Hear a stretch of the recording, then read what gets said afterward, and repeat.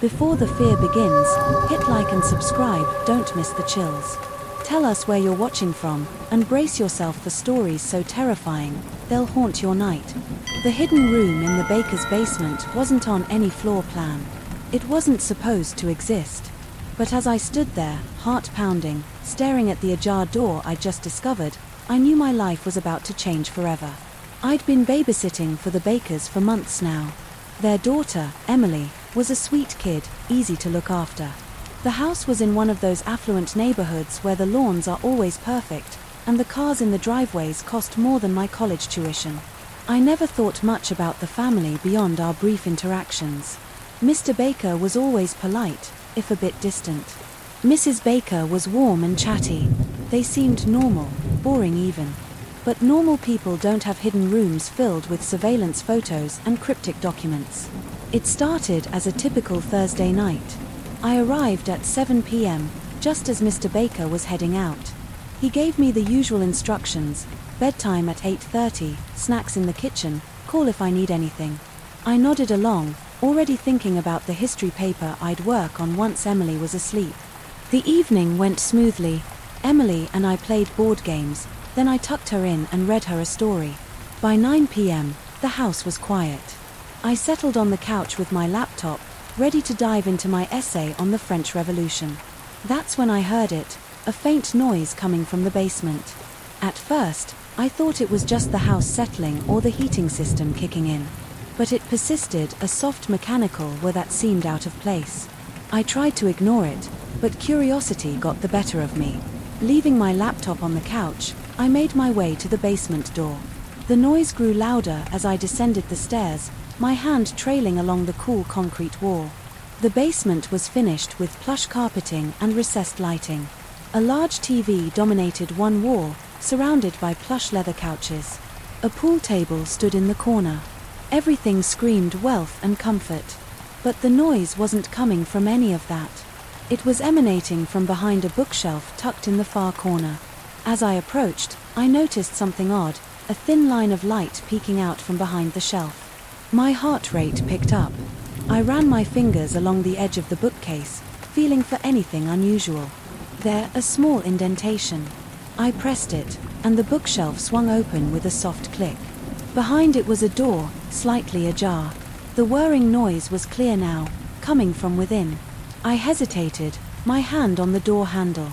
This was wrong. I shouldn't be here, shouldn't be snooping.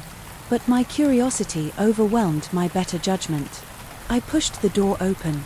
The room beyond was small, maybe 10 by 10 feet. The walls were lined with computer monitors, each displaying a different feed. I recognized some of the locations: the baker's front yard, their kitchen, even Emily's bedroom. Others showed places I didn't know: office buildings, parking lots, the interiors of what looked like other homes. In the center of the room stood a desk, its surface covered in papers and photographs. A sleek laptop sat open, lines of code scrolling across its screen. This was the source of the whirring, its fan working overtime.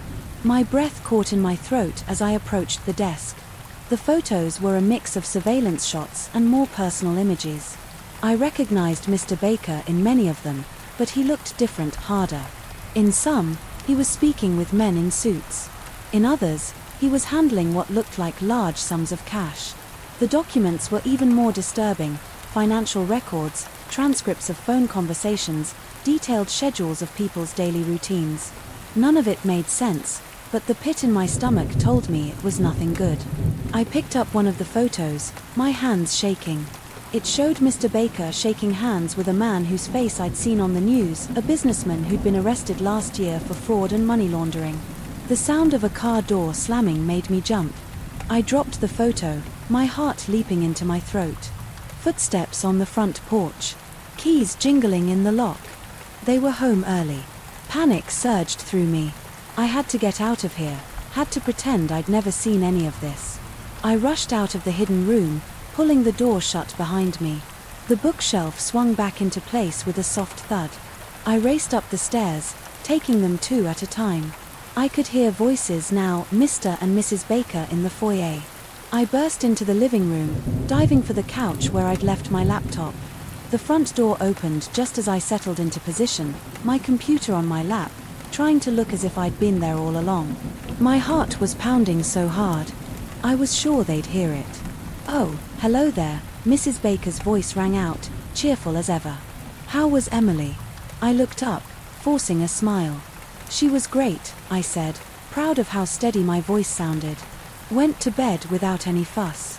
Mr. Baker nodded, hanging up his coat.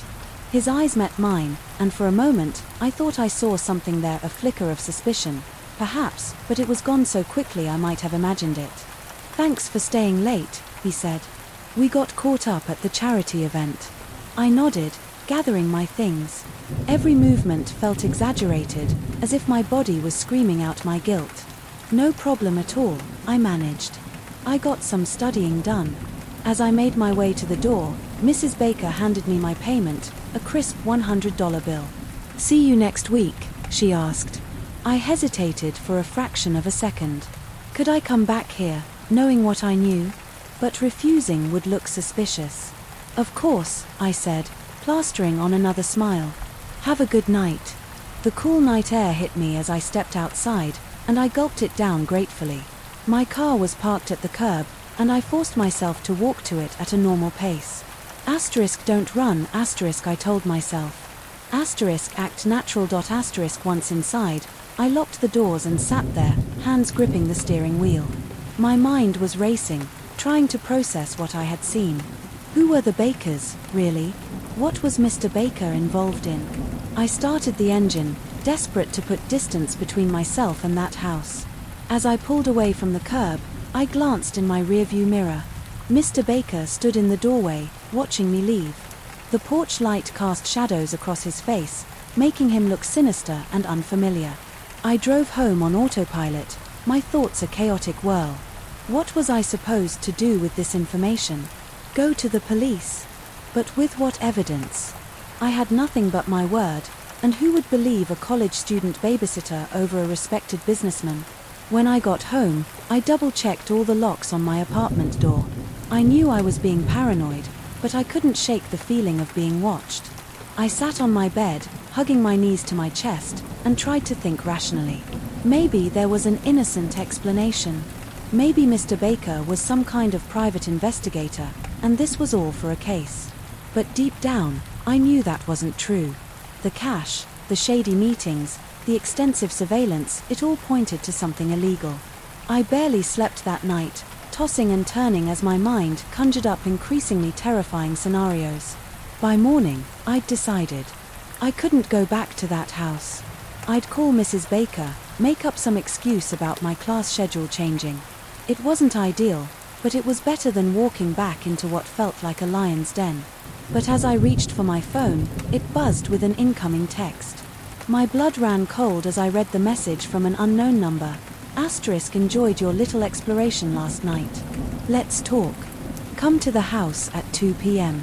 Come alone, or things will get unpleasant for you and your family. My hands shook as I dropped the phone. They knew. Somehow, they knew I'd been in that room. Had there been a hidden camera I hadn't noticed? Or had I left some trace of my presence? I thought about running, about packing a bag and just driving until I couldn't anymore. But the threat hung heavy in my mind. Your family, the text had said. They knew who I was, who my loved ones were. I glanced at the clock, 10 a.m. 4 hours until I had to face whatever was waiting for me at the Baker's house. 4 hours to figure out how I was going to get out of this mess alive. As I sat there, my mind racing through possibilities, one thing became crystal clear: my life as I knew it was over. Whatever happened at 2 p.m., I'd be stepping into a world I never asked to be part of, a world of secrets and dangers I couldn't begin to comprehend. The sunny Thursday evening when I'd walked into the Baker's house, blissfully unaware, felt like a lifetime ago. Now, I was trapped in a nightmare of my own curiosities making, with no clear way out. I looked out my window at the quiet street below, watching as my neighbors went about their normal lives. How I envied them, their ignorance. Because I knew that in 4 short hours, I'd be facing the consequences of uncovering a truth that was never meant to be found. And I had no idea if I'd survive the encounter. The moonlight filtered through the dense canopy, casting eerie shadows across the forest floor. I never expected my routine night patrol to turn into a fight for survival. But as I crouched behind a fallen oak, my hand trembling on my radio, I realized this night would change everything. My name's Jack, and I've been a park ranger at Whispering Pines National Park for the better part of a decade. I thought I knew these woods like the back of my hand. Turns out, I didn't know them nearly as well as I thought. It was a cool autumn night, the kind where your breath fogs in front of you and the crunch of leaves underfoot seems to echo for miles. I'd been on edge lately. We'd found several mutilated animal carcasses in the past week, clear signs of poaching. But catching poachers in the act, that was like finding a needle in a haystack. I'd been walking my usual route for about an hour when I first heard it, a low murmur of voices, barely audible over the ambient sounds of the forest. I froze, straining my ears. There it was again, definitely human voices, and definitely not lost hikers at this hour. My heart rate picked up as I slowly moved towards the sound, keeping low and using the underbrush for cover. As I got closer, I could make out more details. Multiple male voices, speaking in hushed but excited tones, the metallic click of what could only be firearms being handled. I crept to the edge of a small clearing, and that's when I saw them. 5 men dressed in camo, gathered around the carcass of what looked like a young elk. High-powered rifles leaned against nearby trees, and I could see the glint of hunting knives in the moonlight. My stomach churned. This wasn't just opportunistic poaching, this was an organized operation. I reached for my radio, intending to call for backup, but hesitated. We were understaffed as it was, and the nearest other ranger was at least an hour away. By the time help arrived, these guys would be long gone. I had to do something now. Taking a deep breath, I stepped into the clearing, my hand on my sidearm. "Gentlemen," I called out, trying to keep my voice steady, "I'm going to have to ask you to put down your weapons and put your hands where I can see them." For a moment, everything was still. Then, all hell broke loose. 2 of the men immediately grabbed for their rifles. Another lunged for me, a knife glinting in his hand. I managed to sidestep him, drawing my gun in one fluid motion. "Stop right there," I shouted, my voice echoing through the trees. I said, "Drop your weapons." The man with the knife hesitated, but the others were undeterred. One of them, a burly guy with a thick beard, leveled his rifle at me. "You're outnumbered, Ranger," he growled. "Walk away now, and we forget this ever happened." I stood my ground, my gun trained on him, acutely aware of how outmatched I was. "Can't do that," I said. "You boys are coming with me." The bearded man's eyes narrowed.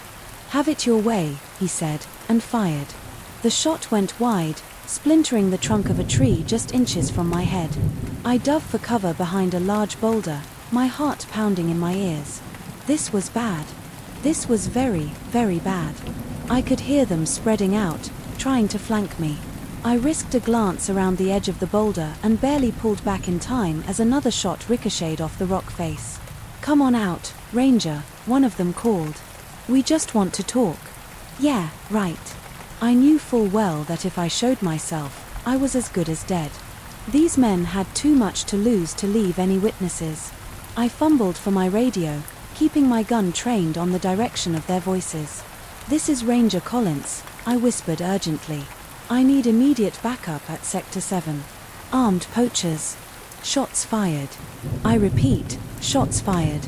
Static was my only reply. Either we were too deep in the woods for a signal, or they were jamming communications somehow. Either way, I was on my own. A twig snapped to my left, and I whirled, firing off a warning shot. "Stay back," I shouted. "Next one won't miss." Laughter echoed through the trees. Big words for a man hiding behind a rock, one of them taunted. I gritted my teeth, trying to think. I couldn't stay here forever, but making a run for it would be suicide. I needed a plan. My eyes fell on the elk carcass still lying in the middle of the clearing. An idea began to form. It was risky, but it might be my only chance. Keeping low, I shrugged off my jacket and stuffed it with leaves and underbrush. It wasn't much, but in the dark, it might pass for a human form at least long enough to serve as a distraction. "All right," I called out, trying to sound defeated. "I'm coming out. Don't shoot." I heard them shuffling, readying their weapons. Slowly, I raised my makeshift dummy above the boulder with one hand while I stayed hidden. "Hands where we can see them," one of them barked. I lifted the dummy higher, then suddenly flung it to the side. As I'd hoped, they took the bait. Multiple shots rang out, shredding my jacket. In that moment of confusion, I sprang into action. I sprinted for the elk carcass, diving behind it just as they realized their mistake. Bullets whizzed overhead, but the bulk of the animal provided better cover than the boulder had. Now, for phase 2 of my desperate plan. I took aim at the elk's bloated stomach and fired. The carcass burst open, releasing a stench so foul it made my eyes water. I heard retching and cursing from the poachers. Using the distraction, I made a break for the tree line. I crashed through the underbrush, branches whipping at my face as I ran. I could hear them behind me, but the head start and the nauseating smell had given me an advantage. I ran like I'd never run before, zigging and zagging through the trees. My lungs burned and my legs ached, but I didn't dare slow down. I knew these woods, but so did they. My only hope was to make it back to my jeep before they caught up. After what felt like hours but was probably only minutes, I burst out of the tree line onto the narrow dirt road where I'd parked. My jeep sat there, a beautiful sight in the moonlight. Just as I reached for the door handle, a shot rang out. Pain exploded in my left arm, and I stumbled, crying out. I turned to see the bearded man emerging from the woods, his rifle trained on me. "End of the line, Ranger," he said, a cruel smile on his face. I leaned against the jeep, my injured arm hanging uselessly at my side. Blood soaked my sleeve, and the pain was making it hard to think straight. But I wasn't done yet. "You're right," I said, fighting to keep my voice steady. "It is the end of the line, for you." His brow furrowed in confusion, then his eyes widened as he heard what I'd been praying for, the distant wail of sirens. In that moment of distraction, I lunged forward, tackling him to the ground. We grappled in the dirt, both of us fighting for control of the rifle. Despite the pain in my arm, adrenaline gave me strength. I managed to wrench the gun from his grasp and bring the butt of it down hard on his head. He went limp beneath me. I staggered to my feet, the rifle clutched in my good hand, just as several patrol cars came into view, their lights painting the trees in red and blue. The cavalry had finally arrived. The next few hours passed in a blur. The other poachers were rounded up, my arm was patched up, and I gave statement after statement. By the time the sun rose, painting the sky in brilliant oranges and pinks, it was all over. As I sat on the tailgate of an ambulance, a shock blanket draped over my shoulders, my boss approached. He looked at me with a mixture of pride and concern. "You did good, Jack," he said, clapping me on my uninjured shoulder. "Those guys were part of a ring we've been trying to bust for months. You just broke the case wide open." I nodded, too exhausted to feel much beyond relief that I was still alive. "Get some rest," he continued. "And when you're back on your feet, well, let's just say there might be a promotion in your future." As he walked away, I gazed out at the forest. The same trees that had been a battlefield just hours ago now looked peaceful in the morning light. I knew I'd never look at these woods the same way again. But I also knew that I'd be back. This forest was my home, and I'd nearly died protecting it. If anything, this ordeal had only strengthened my resolve. There would be other poachers, other threats, and I'd be here, standing guard. Because that's what rangers do. We protect what can't protect itself, no matter the cost. I climbed into the ambulance, wincing as the movement jostled my injured arm. As we pulled away, I took one last look at the sea of green stretching out behind us. Yeah, I'd be back. These woods hadn't seen the last of Ranger Jack Collins, not by a long shot. The moment I clasped the vintage necklace around my neck, I had no idea I was putting a target on my back. It was beautiful, delicate, and seemed harmless. But some things are too good to be true, and this piece of jewelry was about to turn my life into a living nightmare. My name is Sarah, and until a week ago, I was just another face in the crowd, a 28-year-old graphic designer with a small apartment in the city, a cat named Milo, and a penchant for online shopping. That's how this all started, with a late-night scrolling session and a seemingly innocent purchase. I'd been browsing a local buy and sell website, looking for unique accessories to spruce up my wardrobe. That's when I saw it, a stunning Art Deco necklace with an intricate silver pendant and a deep blue stone that seemed to catch the light in the photograph. The seller, Karen, had listed it at a surprisingly reasonable price. Without a second thought, I clicked buy now. Karen and I arranged to meet at a local cafe the next day. She seemed nice enough, mid-30s, friendly smile, nothing out of the ordinary. We chatted over coffee as she handed me the necklace. "It's been in my family for years," she said, a hint of something I couldn't quite place in her voice, sadness. Relief. "I hope you'll treasure it as much as we have." I assured her I would, paid for the necklace, and we parted ways. As I walked home, I couldn't resist putting it on. The weight of it against my collarbone felt right, like it belonged there. That night, I wore it to a friend's birthday dinner. The compliments came rolling in, and I basked in the attention. It wasn't until I was walking home, the streets quiet and dark, that I first felt it, the sensation of being watched. I quickened my pace, glancing over my shoulder. Nothing but shadows and streetlights. Still, I couldn't shake the feeling. By the time I reached my apartment building, I was almost running. I double-checked the locks that night before going to bed, Milo curled up at my feet. I chalked it up to too much wine and an overactive imagination.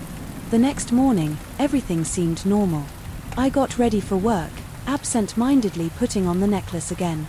It really did go with everything. It was lunchtime when things started to get weird. I was at my desk, scrolling through my phone, when a text from an unknown number popped up, *nice necklace. It suits you. I froze, my sandwich halfway to my mouth.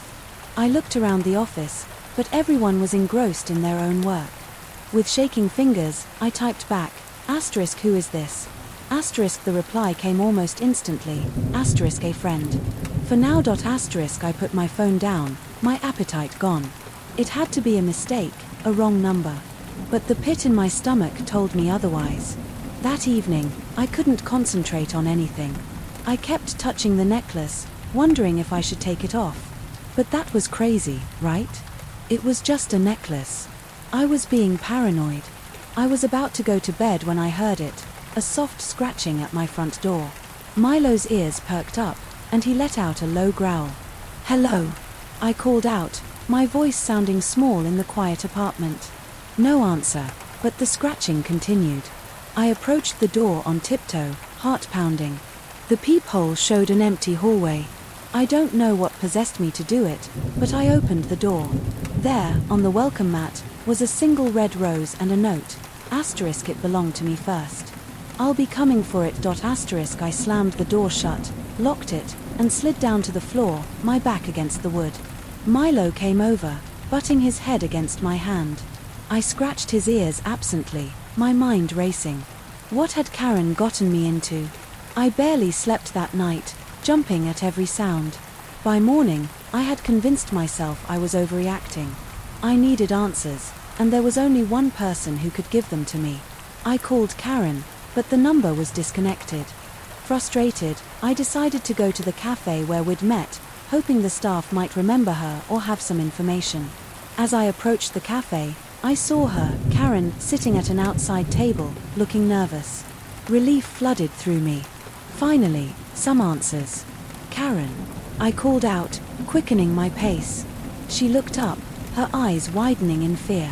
Before I could reach her, a man appeared, seemingly out of nowhere, grabbing her arm roughly. "Inside. Now," he growled, loud enough for me to hear. They disappeared into the cafe just as I reached the table. I burst through the door after them, but they were gone. The barista looked at me quizzically. "The couple that just came in," I panted. "Where did they go?" He shrugged. "Didn't see anyone come in, miss." But I knew what I saw. Shaken, I left the cafe, my hand instinctively going to the necklace. What had I gotten myself into? Over the next few days, the incidents escalated.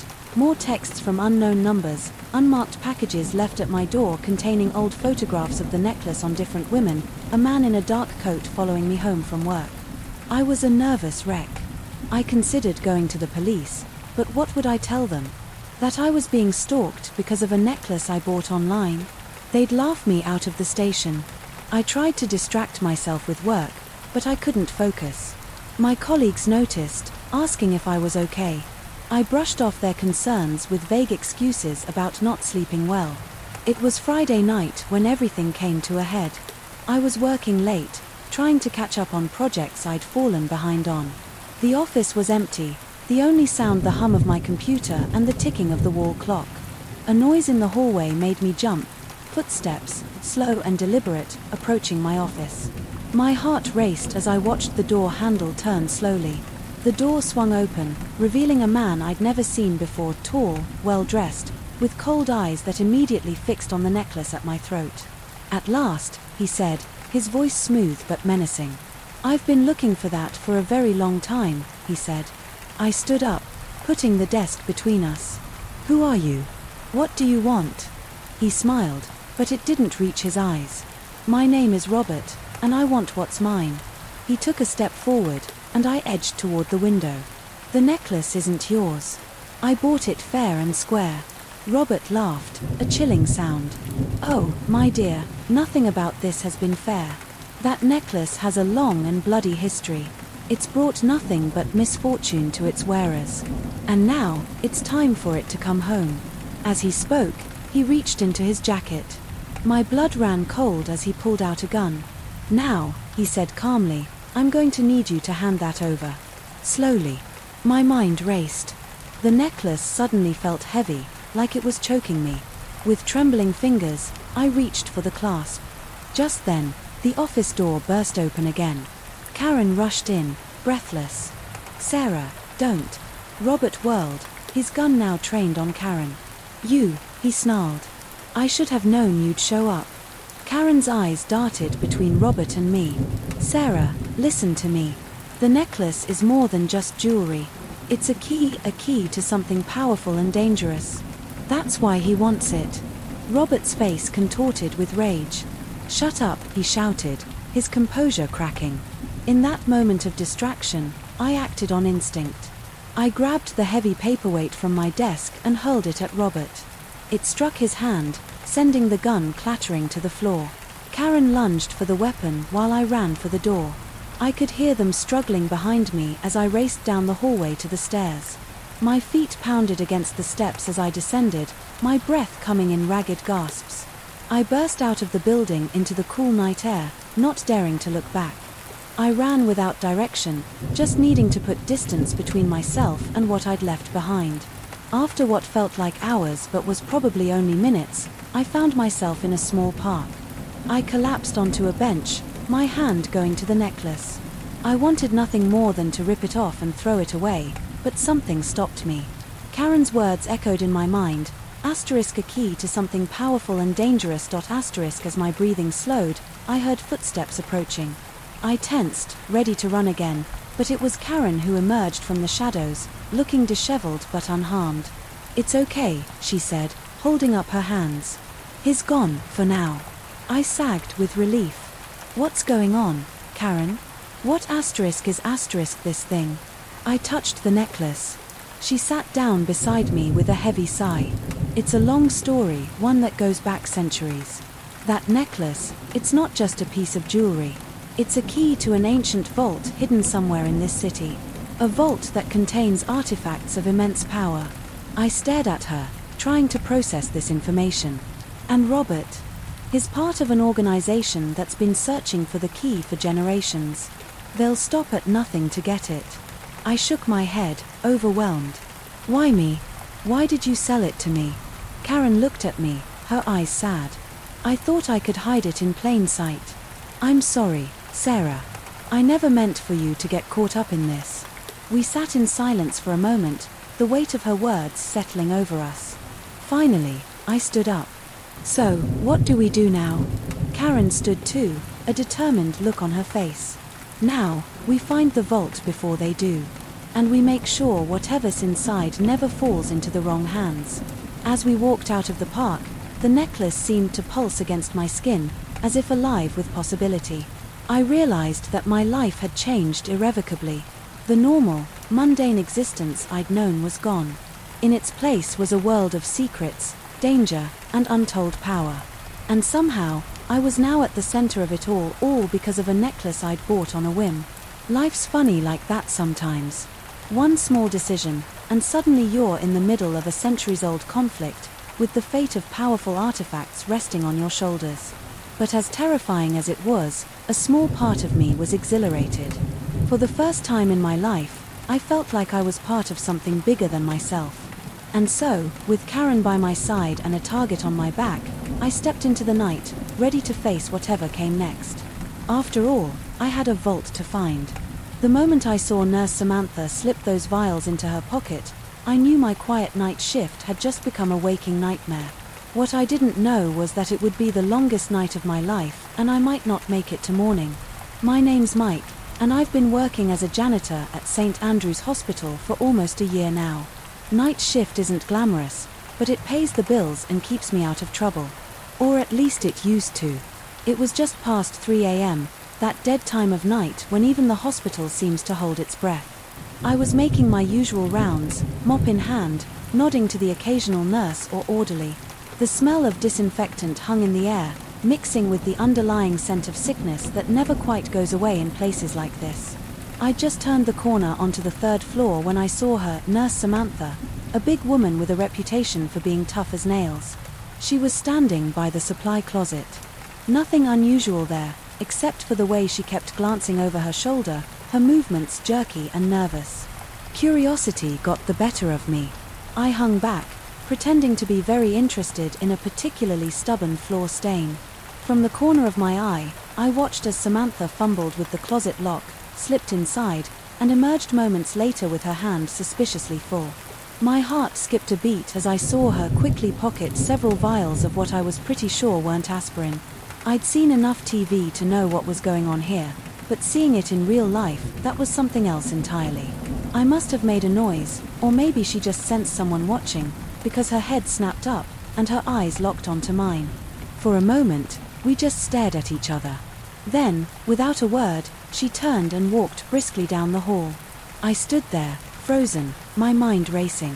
What had I just witnessed? And more importantly, what was I going to do about it? The crackling of our campfire was drowned out by the unmistakable sound of a shotgun being cocked.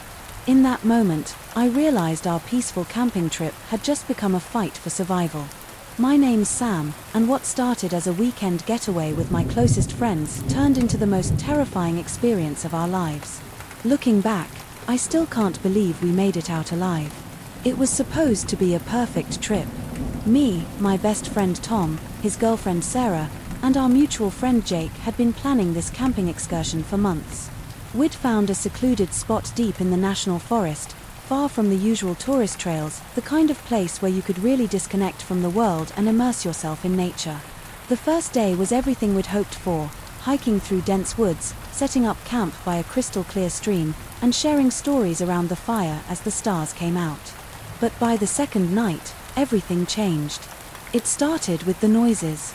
Just after sunset, we began hearing rustling in the bushes surrounding our campsite. At first, we brushed it off as wildlife, maybe a deer or a raccoon. But the sounds grew louder, more deliberate. Tom grabbed a flashlight and scanned the tree line, but the beam only reflected off the darkness. Probably nothing, he said, though his voice lacked conviction.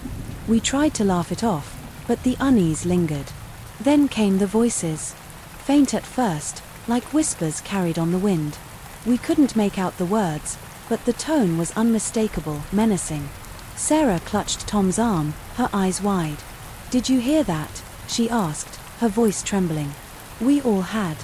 Jake, ever the skeptic, tried to reassure us. "It's just the wind playing tricks on us," he said. But even he looked uneasy. The final straw was when we saw the figure. Just beyond the firelight, a shadow moved, a tall, broad-shouldered man holding something long and metallic. The moonlight glinted off the barrel of a shotgun. My heart stopped. "Get down," I hissed, diving behind a log. The others followed suit, our campfire suddenly feeling like a beacon rather than a comfort. The man stepped into the clearing, his face obscured by a hood. He didn't say a word, just stood there, the shotgun trained on us. My mind raced. Who was he? What did he want? We were miles from civilization, completely isolated. No one would hear us if we screamed. Stay calm, Tom whispered, though his voice shook. Maybe he's just trying to scare us. But the man's next move shattered that hope. He fired a shot into the air, the deafening blast echoing through the forest. Birds scattered from the trees, and Sarah let out a stifled scream. Get up, the man growled, his voice low and gravelly. All of you. Now. We rose slowly, hands in the air. My legs felt like jelly, and my breath came in shallow gasps. The man gestured with the shotgun toward the woods. Move, he commanded. We had no choice but to obey. As we stumbled into the darkness, I glanced back at our campsite, the fire still crackling innocently. It felt like a lifetime ago. The man led us deeper into the forest, the trees closing in around us. The only sounds were our footsteps and the occasional snap of a twig underfoot. My mind raced with possibilities. Were we being kidnapped? Robbed? Or worse? I tried to think of a way out, but the shotgun at our backs made any attempt at escape seem suicidal. After what felt like an eternity, we reached a small clearing. In the center was a makeshift camp, tents, a smoldering fire, and a few crates stacked haphazardly.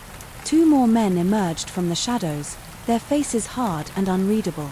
One of them stepped forward, his eyes scanning us like we were prey. What do we have here? He asked, his voice dripping with malice. The first man shoved us forward. Found them at their campsite. They saw too much. My stomach dropped. Saw too much. What had we stumbled into? The leader circled us, his gaze lingering on each of us in turn. You kids picked the wrong place to camp, he said finally. This is our territory. And now, you're our problem. Sarah started to cry, and Tom pulled her closer, his jaw clenched in anger.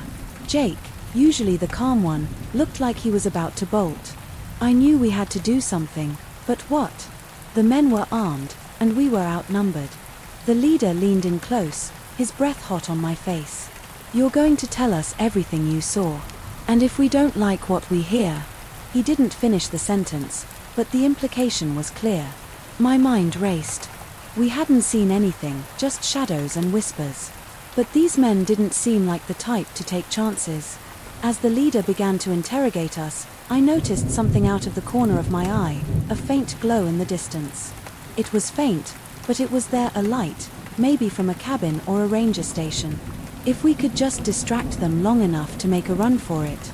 I caught Tom's eye and nodded subtly toward the light. He understood immediately. When the leader turned his back to bark orders at one of the other men, Tom lunged, tackling him to the ground. Run, he shouted.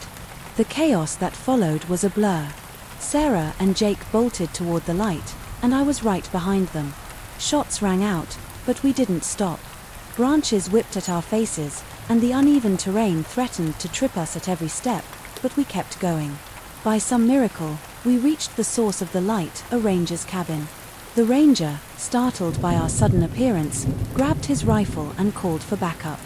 The men chasing us vanished into the woods, unwilling to risk a confrontation with authorities. We were safe, but the ordeal wasn't over.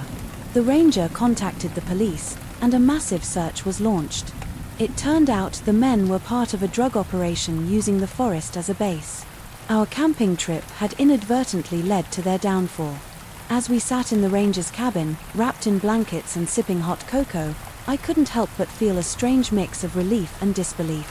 We'd survived, but the experience had changed us. The forest, once a place of peace and beauty, now felt like a place of shadows and danger. Tom put an arm around Sarah, who was still shaking, and Jake let out a nervous laugh. Well, he said, that's one camping trip we'll never forget. I nodded, staring into the fire. He was right. We'd gone into the woods looking for adventure, but we'd found something far more terrifying. And as the flames flickered and danced, I couldn't shake the feeling that we'd been lucky this time. Lost. That night in the forest, we took a chance, and it saved our lives. It's a lesson I'll carry with me forever. The aftermath of that weekend was surreal. The media swarmed us, wanting to hear every detail of our harrowing escape. Jake, Tom, Sarah, and I became local celebrities for a while, but the attention was overwhelming. We were just 4 friends who'd gone camping, not expecting to stumble into a nightmare. The police told us we'd disrupted a major operation, and the men we'd encountered were part of a larger network that had been under investigation for months. Our accidental discovery had given law enforcement the break they needed to shut it down. But the real victory was knowing we'd made it out alive. Jake was shaken more than any of us, but he was safe.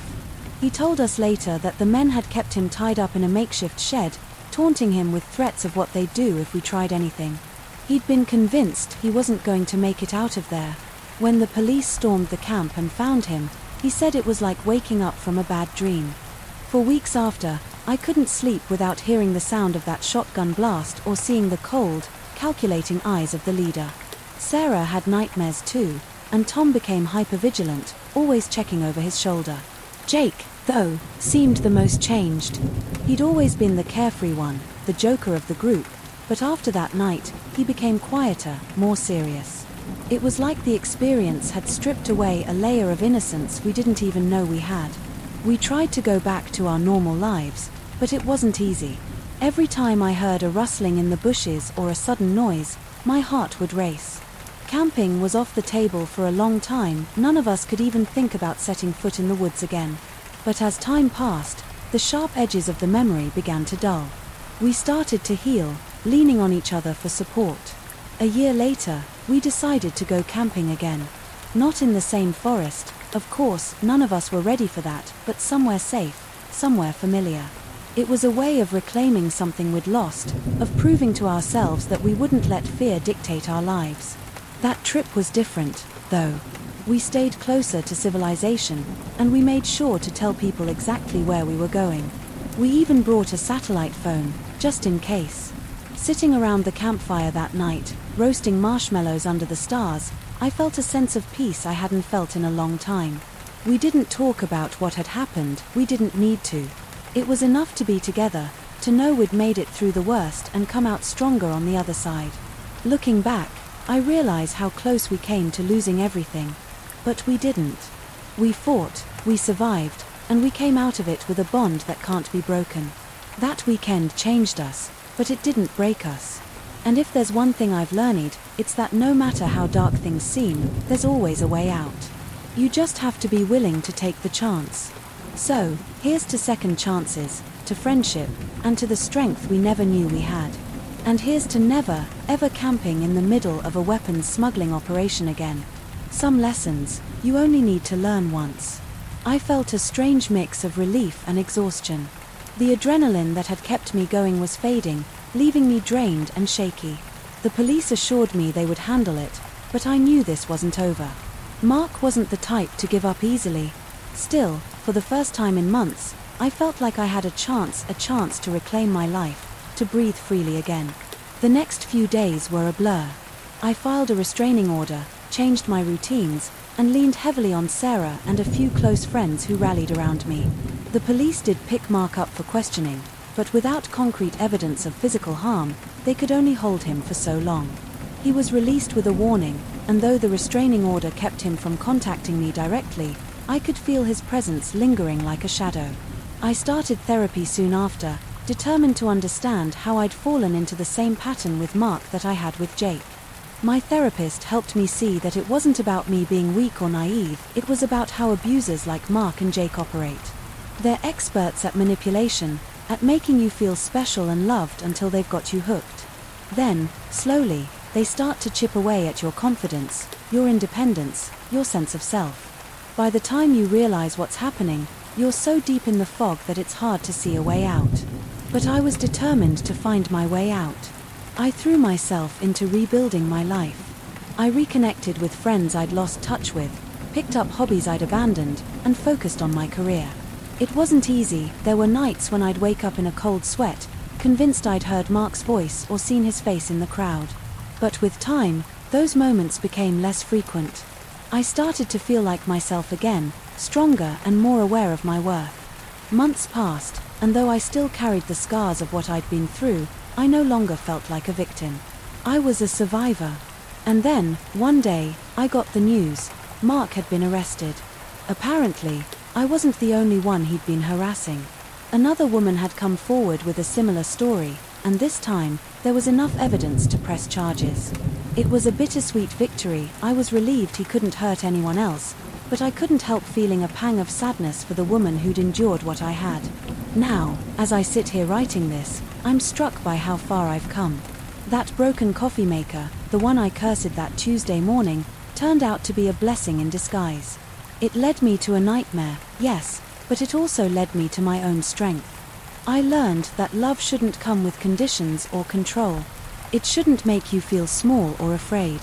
Real love, the kind I deserve, is built on trust, respect, and mutual support. I don't know what the future holds, but I do know this: I'll never let anyone take my freedom again. And if I ever find myself in another cafe, sipping a too-sweet latte, I'll remember to trust my instincts. Because sometimes, the sweetest smiles hide the darkest secrets. And sometimes, the hardest lessons lead to the greatest growth. I shuffled over to the water, my mind racing. This was my chance. Snake Tattoo was clearly in bad shape, his movements were sluggish, and he was favoring his injured side. If I could just create a distraction, maybe I could get to the panic button or find a way to call for help. "Here," I said, nudging a bottle of water toward him with my foot. "You need help opening it." He glared at me but didn't respond, just grabbed the bottle and fumbled with the cap. His hands were shaking, and he was having trouble twisting it open. I could see the frustration building in his face. This was my moment. "Let me help you," I said, taking a step closer. "I can open it for you." He hesitated, then shoved the bottle toward me. As I pretended to struggle with the cap, I scanned the room for anything I could use as a weapon. There was a metal shelf to my left with a few loose tools on it, a wrench, a screwdriver. If I could just get my hands on one of those. But before I could make a move, the door burst open again. Scarface stood there, his eyes narrowing as he took in the scene. "What the hell are you doing?" he barked at Snake Tattoo. "Getting water," Snake Tattoo muttered, his voice weak. "I'm dying of thirst over here." Scarface rolled his eyes and grabbed the bottle from my hands. "You're such an idiot," he said, twisting the cap off with ease. He tossed the bottle back to Snake Tattoo, then turned to me. "Sit down. Don't move." I did as I was told, my heart sinking. My chance was gone. But as Scarface turned to leave, I noticed something: he hadn't closed the door all the way. It was just slightly ajar, and I could hear the voices of the other two men arguing in the store. "We can't stay here much longer," nervous guy was saying. "The cops could be on their way already." "Relax," Scarface replied. "We've got time. We just need to figure out our next move." I strained to hear more, but their voices dropped to a whisper. My mind was racing. If they were planning to leave soon, that meant they might not kill me, at least not yet. But I couldn't count on that. I had to find a way out. I glanced around the storeroom again, my eyes landing on a small window near the ceiling. It was high up, but if I could get to it, maybe I could squeeze through. The problem was getting my hands free. The zip ties were tight, but if I could find something sharp. I shifted slightly, trying to get a better look at the tools on the shelf. There was a box cutter lying on the edge, just within reach if I stretched far enough. I inched closer, my heart pounding. If they caught me, I was dead. But if I didn't try, I might be dead anyway. I reached out, my fingers brushing the edge of the box cutter. Just a little further. I grabbed it and quickly pulled it back, hiding it behind me. Now came the hard part, cutting the zip ties without making any noise. I worked as quickly and quietly as I could, the blade slicing through the plastic. My hands were slick with sweat, and I fumbled a few times, but finally, the ties snapped. I was free. I didn't waste any time. I grabbed the wrench from the shelf and crept toward the door. The voices were still arguing outside, but they sounded distracted. I peeked through the crack in the door and saw a nervous guy pacing near the counter, while Scarface was rummaging through the snack aisle. Snake Tattoo was slumped in a chair by the window, looking worse than ever. This was it. I had to move now. I took a deep breath, then burst out of the storeroom, swinging the wrench at nervous guy. It connected with his head with a sickening thud, and he crumpled to the ground. Scarface spun around, his eyes wide with shock, but I was already moving. I lunged at him, tackling him to the ground. We struggled, the wrench slipping from my hand, but I managed to grab a can of soda from the shelf and smashed it into his face. He howled in pain, clutching at his nose.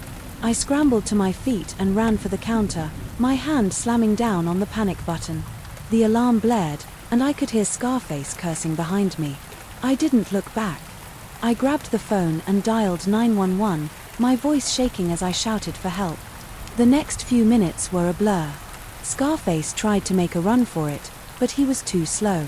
The sound of sirens filled the air, and within minutes, the gas station was swarming with police. Snake Tattoo and Nervous Guy were both unconscious, and Scarface was cuffed and thrown into the back of a squad car. I sat on the curb, wrapped in a blanket, as the paramedics checked me over. My hands were still trembling, but I felt a strange sense of relief. I'd made it. I'd survived. The police told me later that the 3 men were part of a gang that had been on the run after a botched robbery. They'd been hiding out in the woods, waiting for the heat to die down, but Snake Tattoo had been shot during the robbery and was in bad shape. That's why they'd stopped at the gas station, to patch him up and regroup. As for me, I quit my job at Pete's Gas and go the next day. I couldn't bring myself to go back there, not after everything that had happened. But I didn't regret it. That night had changed me. It had shown me that I was stronger than I thought, that I could handle whatever life threw at me. Now, whenever I pass by a gas station at night, I can't help but think about that night. It's a reminder of how quickly things can change, of how close I came to losing everything. But it's also a reminder of how far I've come. I survived. And that's something no one can ever take away from me. I decided to venture off the main trail, lured by the promise of a hidden waterfall I'd heard about from a fellow hiker. The path was overgrown and barely visible, but that only added to the sense of adventure. I pushed through the dense underbrush, following the faint sound of rushing water. That's when I found it, a small clearing, bathed in golden sunlight, with a crystal-clear stream cutting through the center. It was beautiful, serene, and completely untouched. But as I stepped into the clearing, something felt off. The air was too still, the silence too heavy. My eyes were drawn to a patch of disturbed earth near the edge of the clearing. It looked like someone had been digging there recently. Curiosity got the better of me, and I knelt down to investigate. That's when I saw it, a corner of a black duffel bag poking out from the dirt. I hesitated, my instincts screaming at me to leave it alone. But I couldn't help myself. I brushed away the dirt and pulled the bag free. It was heavy, and the zipper was partially open. I peeked inside, and my heart stopped. Stacks of cash, neatly bound, filled the bag. And beneath the money, I caught a glimpse of something else, guns. Lots of them. I froze, my mind racing. This wasn't just some forgotten stash. This was someone's cash, and they wouldn't take kindly to me finding it. I was about to drop the bag and run when I heard it, the unmistakable sound of a twig snapping behind me. I spun around, my heart pounding. A man stood at the edge of the clearing, his face shadowed by the brim of his hat. He was tall, with broad shoulders and a rifle slung over one shoulder. His expression was unreadable, but the way he was looking at me sent a chill down my spine. Well, he said, his voice low and gravelly. Looks like you found my little treasure. I swallowed hard, my mouth suddenly dry. I didn't mean to, I stammered, taking a step back. I was just hiking. I'll leave. I won't tell anyone. He chuckled, but there was no humor in it. Oh, I'm sure you won't. He took a step forward, and I instinctively took another step back. But you see, I can't take that chance. You've seen too much. My mind raced, searching for a way out. The man was between me and the trail, and the dense forest around the clearing offered no easy escape. I glanced down at the bag in my hands, then back at him. Look, I said, trying to keep my voice steady, I don't want any trouble. Take your stuff. I'll forget I ever saw it. He shook his head slowly, his eyes never leaving mine. Sorry, sweetheart. It's not that simple. Before I could react, he lunged at me. I dropped the bag and bolted, diving into the underbrush. Branches whipped at my face as I ran, my heart pounding in my ears. I could hear him crashing through the woods behind me, his heavy footsteps gaining ground. I didn't have a plan, I just ran. The forest was a blur of green and brown as I zigzagged through the trees, trying to put as much distance between us as possible. But he was fast, and I could feel my energy waning. My lungs burned, and my legs felt like lead. I knew I couldn't keep this up much longer. Then I saw it, a narrow ravine, its sides steep and rocky. Without thinking, I veered toward it, hoping to lose him in the rough terrain. I scrambled down the slope, my hands scraping against the jagged rocks. At the bottom, I found a small cave, barely big enough to crawl into. I didn't hesitate. I squeezed inside, pressing myself as far back as I could go. I held my breath, listening for any sign of him. For a moment, there was nothing but the sound of my own heartbeat.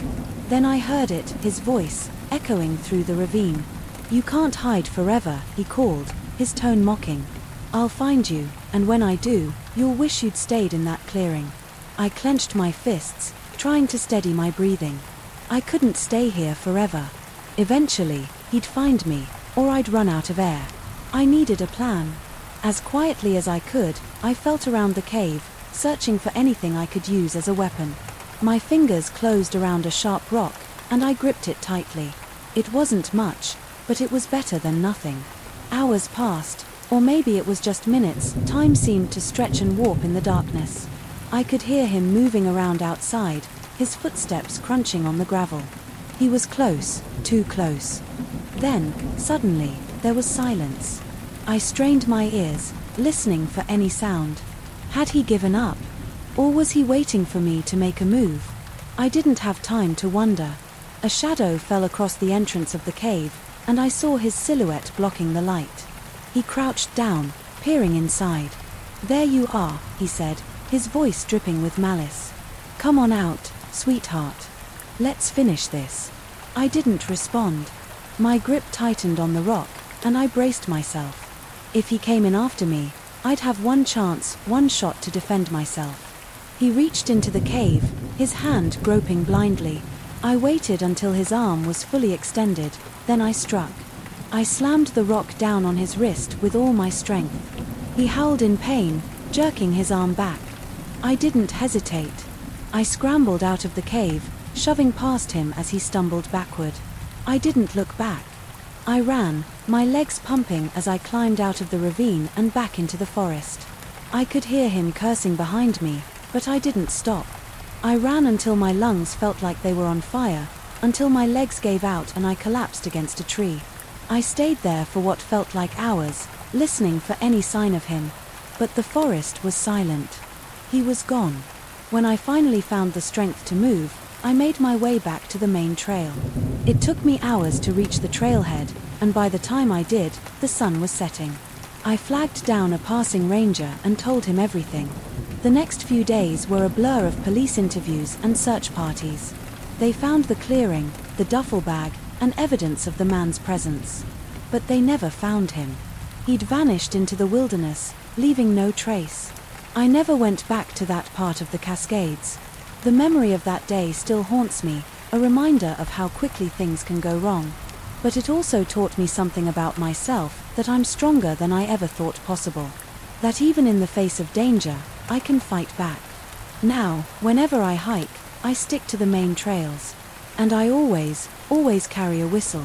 Because you never know what or who might be waiting in the woods. The old man's eyes widened as he took in my disheveled appearance. Without hesitation, he opened the passenger door. "Get in," he said firmly. "You're safe now." I climbed into the truck, my legs trembling so badly I could barely lift them. The warmth of the cab was a stark contrast to the cold, damp forest I'd just escaped from. The man handed me a thermos of coffee, and though my hands shook, I managed to take a sip. The hot liquid burned my throat, but it grounded me, reminding me that I was alive. "What happened to you, miss?" the man asked, his voice gentle but urgent. I took a deep breath, trying to steady myself. I was hiking. I stumbled onto something I shouldn't have seen.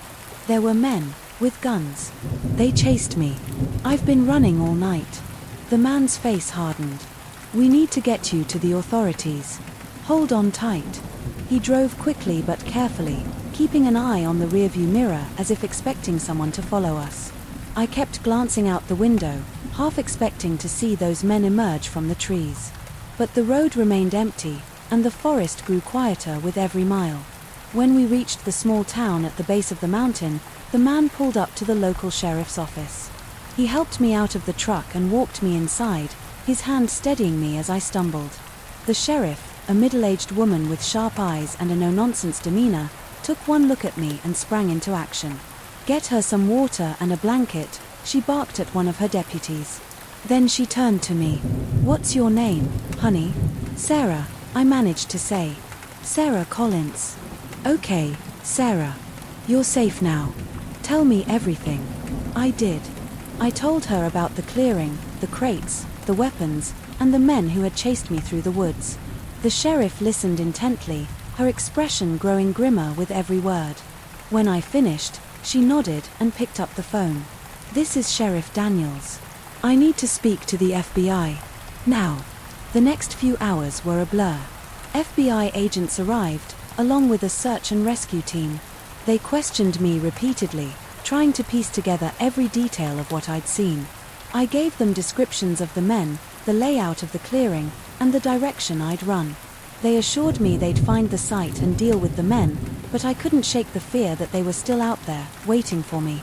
The old man who'd rescued me stayed by my side the entire time, his presence a comforting anchor in the chaos. When the FBI finally finished questioning me, he offered to drive me home. I accepted gratefully, too exhausted to argue. As we drove, the sun rose fully, casting a golden glow over the landscape. I stared out the window, my mind replaying the events of the past 24 hours. I'd come so close to death, closer than I'd ever been before. But I'd survived. I'd fought back, and I'd made it out alive. "You're a strong one," the old man said, breaking the silence. "Not many people could have done what you did." I smiled weakly. I didn't feel strong. I was terrified the whole time. "Being scared doesn't mean you're not strong," he replied. "It means you're human. What matters is what you do when you're scared. And you, miss, kept going. That's strength." His words stayed with me as we pulled up to my house. I thanked him profusely, but he waved it off. "Just glad I could help," he said. "You take care of yourself now." I watched him drive away, then turned and walked into my house. The familiar surroundings felt surreal after everything I'd been through. I collapsed onto the couch, too tired to even make it to my bed. The next few days were a mix of relief and anxiety. The FBI kept me updated on their investigation. They'd found the clearing and the crates, but the men were gone. They'd left behind evidence of their operation, weapons, ammunition, and a stash of cash, but no clues as to their identities or whereabouts. The FBI assured me they were following leads, but I couldn't shake the feeling that this wasn't over. I stayed close to home, avoiding the news and the outside world. My friends and family rallied around me, offering support and comfort. But I couldn't shake the nightmares, the sound of gunfire, the sight of those men chasing me, the feeling of being trapped in that cave. It took weeks before I felt like myself again. Slowly, I began to venture outside, first to my backyard, then to the park down the street. The fear never fully went away, but I learned to live with it. I started hiking again, though I stuck to well-traveled trails and always went with a group. That experience changed me. It taught me that danger can lurk in the most beautiful places, but it also showed me how resilient I could be. I'd faced death and come out the other side. And while I'd never forget what happened, I refused to let it define me. Now, whenever I hike, I carry a whistle, a GPS tracker, and a newfound respect for the wilderness.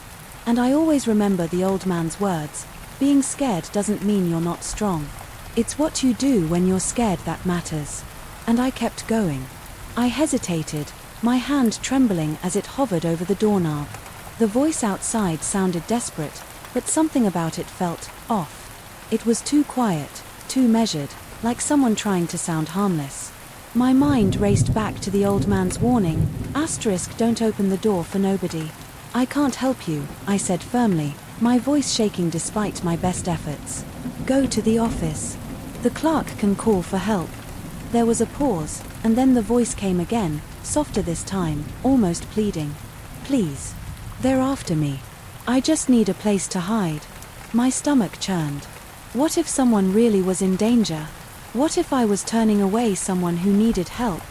But the old man's words echoed in my head, and I stayed rooted to the spot. I'm calling the police, I said, louder this time. They'll help you. The scratching started again, more frantic now, and I heard a low, guttural growl that sent a chill down my spine.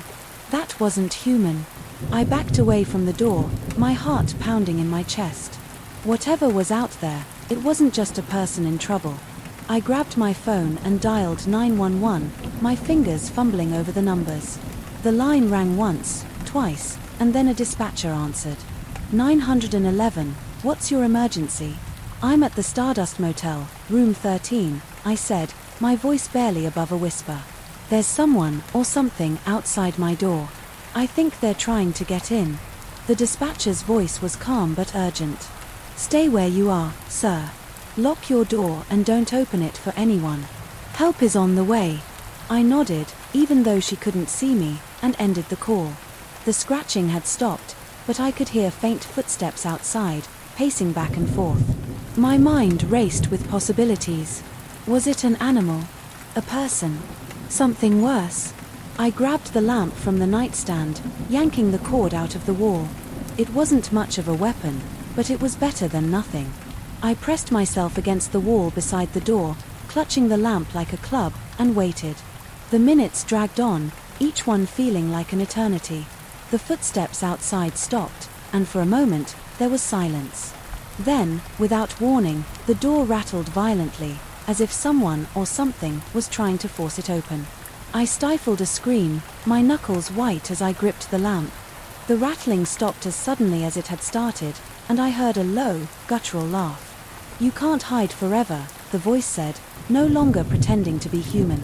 It was deep, distorted, and filled with malice. We'll find you. I didn't respond, didn't dare make a sound. My eyes darted to the window, but the curtains were drawn, and I couldn't see outside. I thought about making a run for it, but I had no idea what was waiting out there. The old man's warning played on a loop in my head, *, lock your door.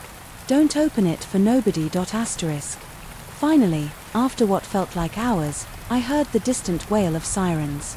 Relief flooded through me, but it was short-lived. The footsteps outside quickened, and I heard the sound of something heavy being dragged across the pavement. Then, silence. The sirens grew louder, and soon I saw the flashing lights of police cars through the thin curtains.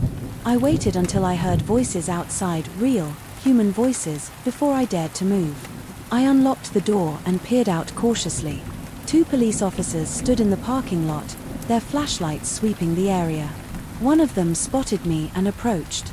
Are you the one who called 911? I nodded, still clutching the lamp. Yeah. There was someone or something outside my door. They were trying to get in. The officer exchanged a glance with his partner. Did you see who it was? No, I admitted. I didn't open the door. But it didn't sound human.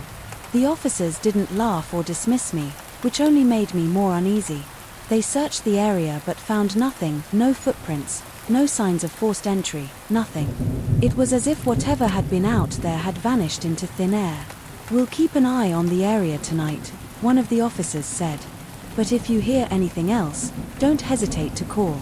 I thanked them and went back inside, locking the door behind me. I didn't sleep that night. I sat on the bed, the lamp still in my hands, and waited for dawn. When morning finally came, I packed my things and checked out as quickly as I could. The old man at the front desk didn't say a word as I handed him the key, but his eyes followed me as I left. I didn't look back. I never found out what or who was outside my door that night. Maybe it was a prank, or maybe it was something far more sinister. All I know is that I'll never forget the sound of that voice, the way it sent chills down my spine, or the feeling of being hunted in that tiny, dingy motel room. And I'll never stay at the Stardust Motel again. The voice came again, more urgent this time. They're after me. I need to hide. Against my better judgment, I opened the door a crack, keeping the chain on. What I saw made my blood run cold. A man stood there, his face hidden in shadow, but what caught my attention was the dark stain spreading across his shirt. Blood. I breathed. What happened to you? He stumbled forward, pushing against the door. Let me in, quick. I hesitated for a split second, then made a decision I'd soon regret. I closed the door, unlatched the chain, and opened it fully. The man practically fell into the room. As he passed under the light, I got my first good look at him. He was younger than I expected, maybe early 30s, with wild eyes and a day's worth of stubble. The blood on his shirt was real, all right. Thank you, he gasped, leaning against the wall. They almost had me. Who's they? I asked, closing and locking the door. What's going on? Should I call an ambulance? He shook his head violently. No, no police, no ambulance. They'll find me. I was about to press further when another knock came at the door. This one was different, 3 sharp raps in quick succession. The man's eyes widened in terror. Don't answer it, he hissed. Whatever you do, don't let them in. My heart was pounding so hard I could feel it in my throat. I approached the door slowly, trying to peer through the peephole, but it was too dark outside to see anything. Management, came a voice from the other side. We need to speak with you, sir. I looked back at the bleeding man, who was shaking his head frantically. Against my better judgment, I called out, everything's fine. I'm trying to sleep. A pause. Then, sir, we have reason to believe you're harboring a fugitive. Open the door now, or we'll be forced to enter. Fugitive? I turned to the man, who was now backing away towards the bathroom. What the hell have you gotten me into? I demanded. Before he could answer, there was a loud crash as the door burst open. 3 men rushed in, dressed in dark clothes that could have passed for uniforms in the dim light, but the guns in their hands were very real. On the ground, one of them shouted, "Both of you, now." I dropped to my knees, hands raised. The bleeding man made a dash for the bathroom, but one of the intruders caught him, slamming him against the wall. Please, I stammered. I don't know what's going on. He just asked for help. Shut up, snapped the one who seemed to be in charge. He turned to his companions. Search the room. Find it. As they tore the place apart, I stayed on the ground, my mind racing. What were they looking for? Who were these people? After a few minutes of fruitless searching, the leader grabbed the bleeding man by the collar. Where is it? He snarled. I don't have it, the man gasped. I swear I don't.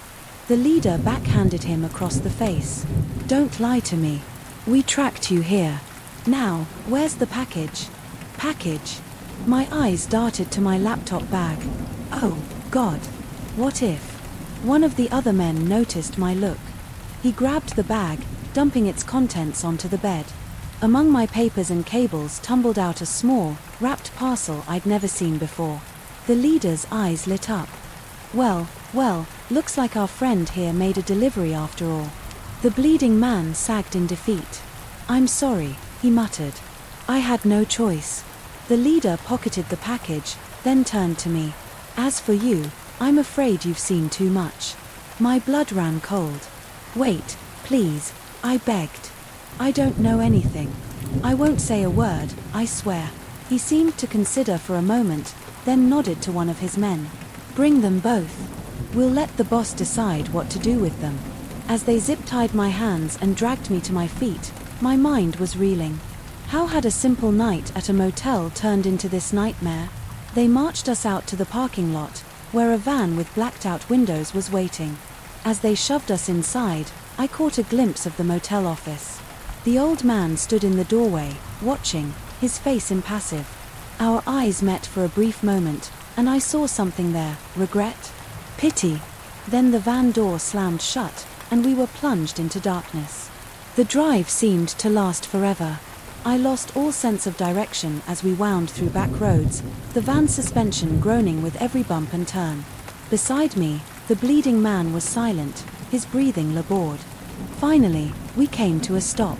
The door opened, and we were roughly pulled out. We were in some kind of warehouse, dimly lit and filled with stacks of crates. A figure emerged from the shadows, a woman, impeccably dressed and radiating authority. The leader approached her, handing over the package. "Well done," she said, her voice cool and composed. "And these? These are our loose ends," the leader nodded. "The courier and an unfortunate bystander. What do you want done with them?" She studied us for a moment, her gaze clinical and detached. The courier knew the risks. As for the other, her eyes locked onto mine. "It's a shame you were in the wrong place at the wrong time, Mr. Sam," I supplied, my voice barely a whisper.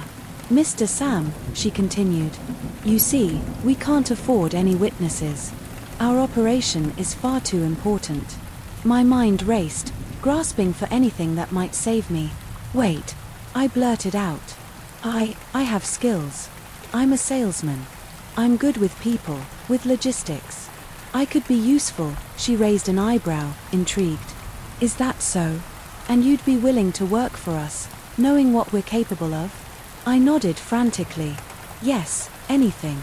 Just please don't kill me." She considered for a long moment, then smiled. It wasn't a kind smile. "Very well, Mr. Sam. Welcome to the organization. I do hope you're as skilled as you claim, for your sake."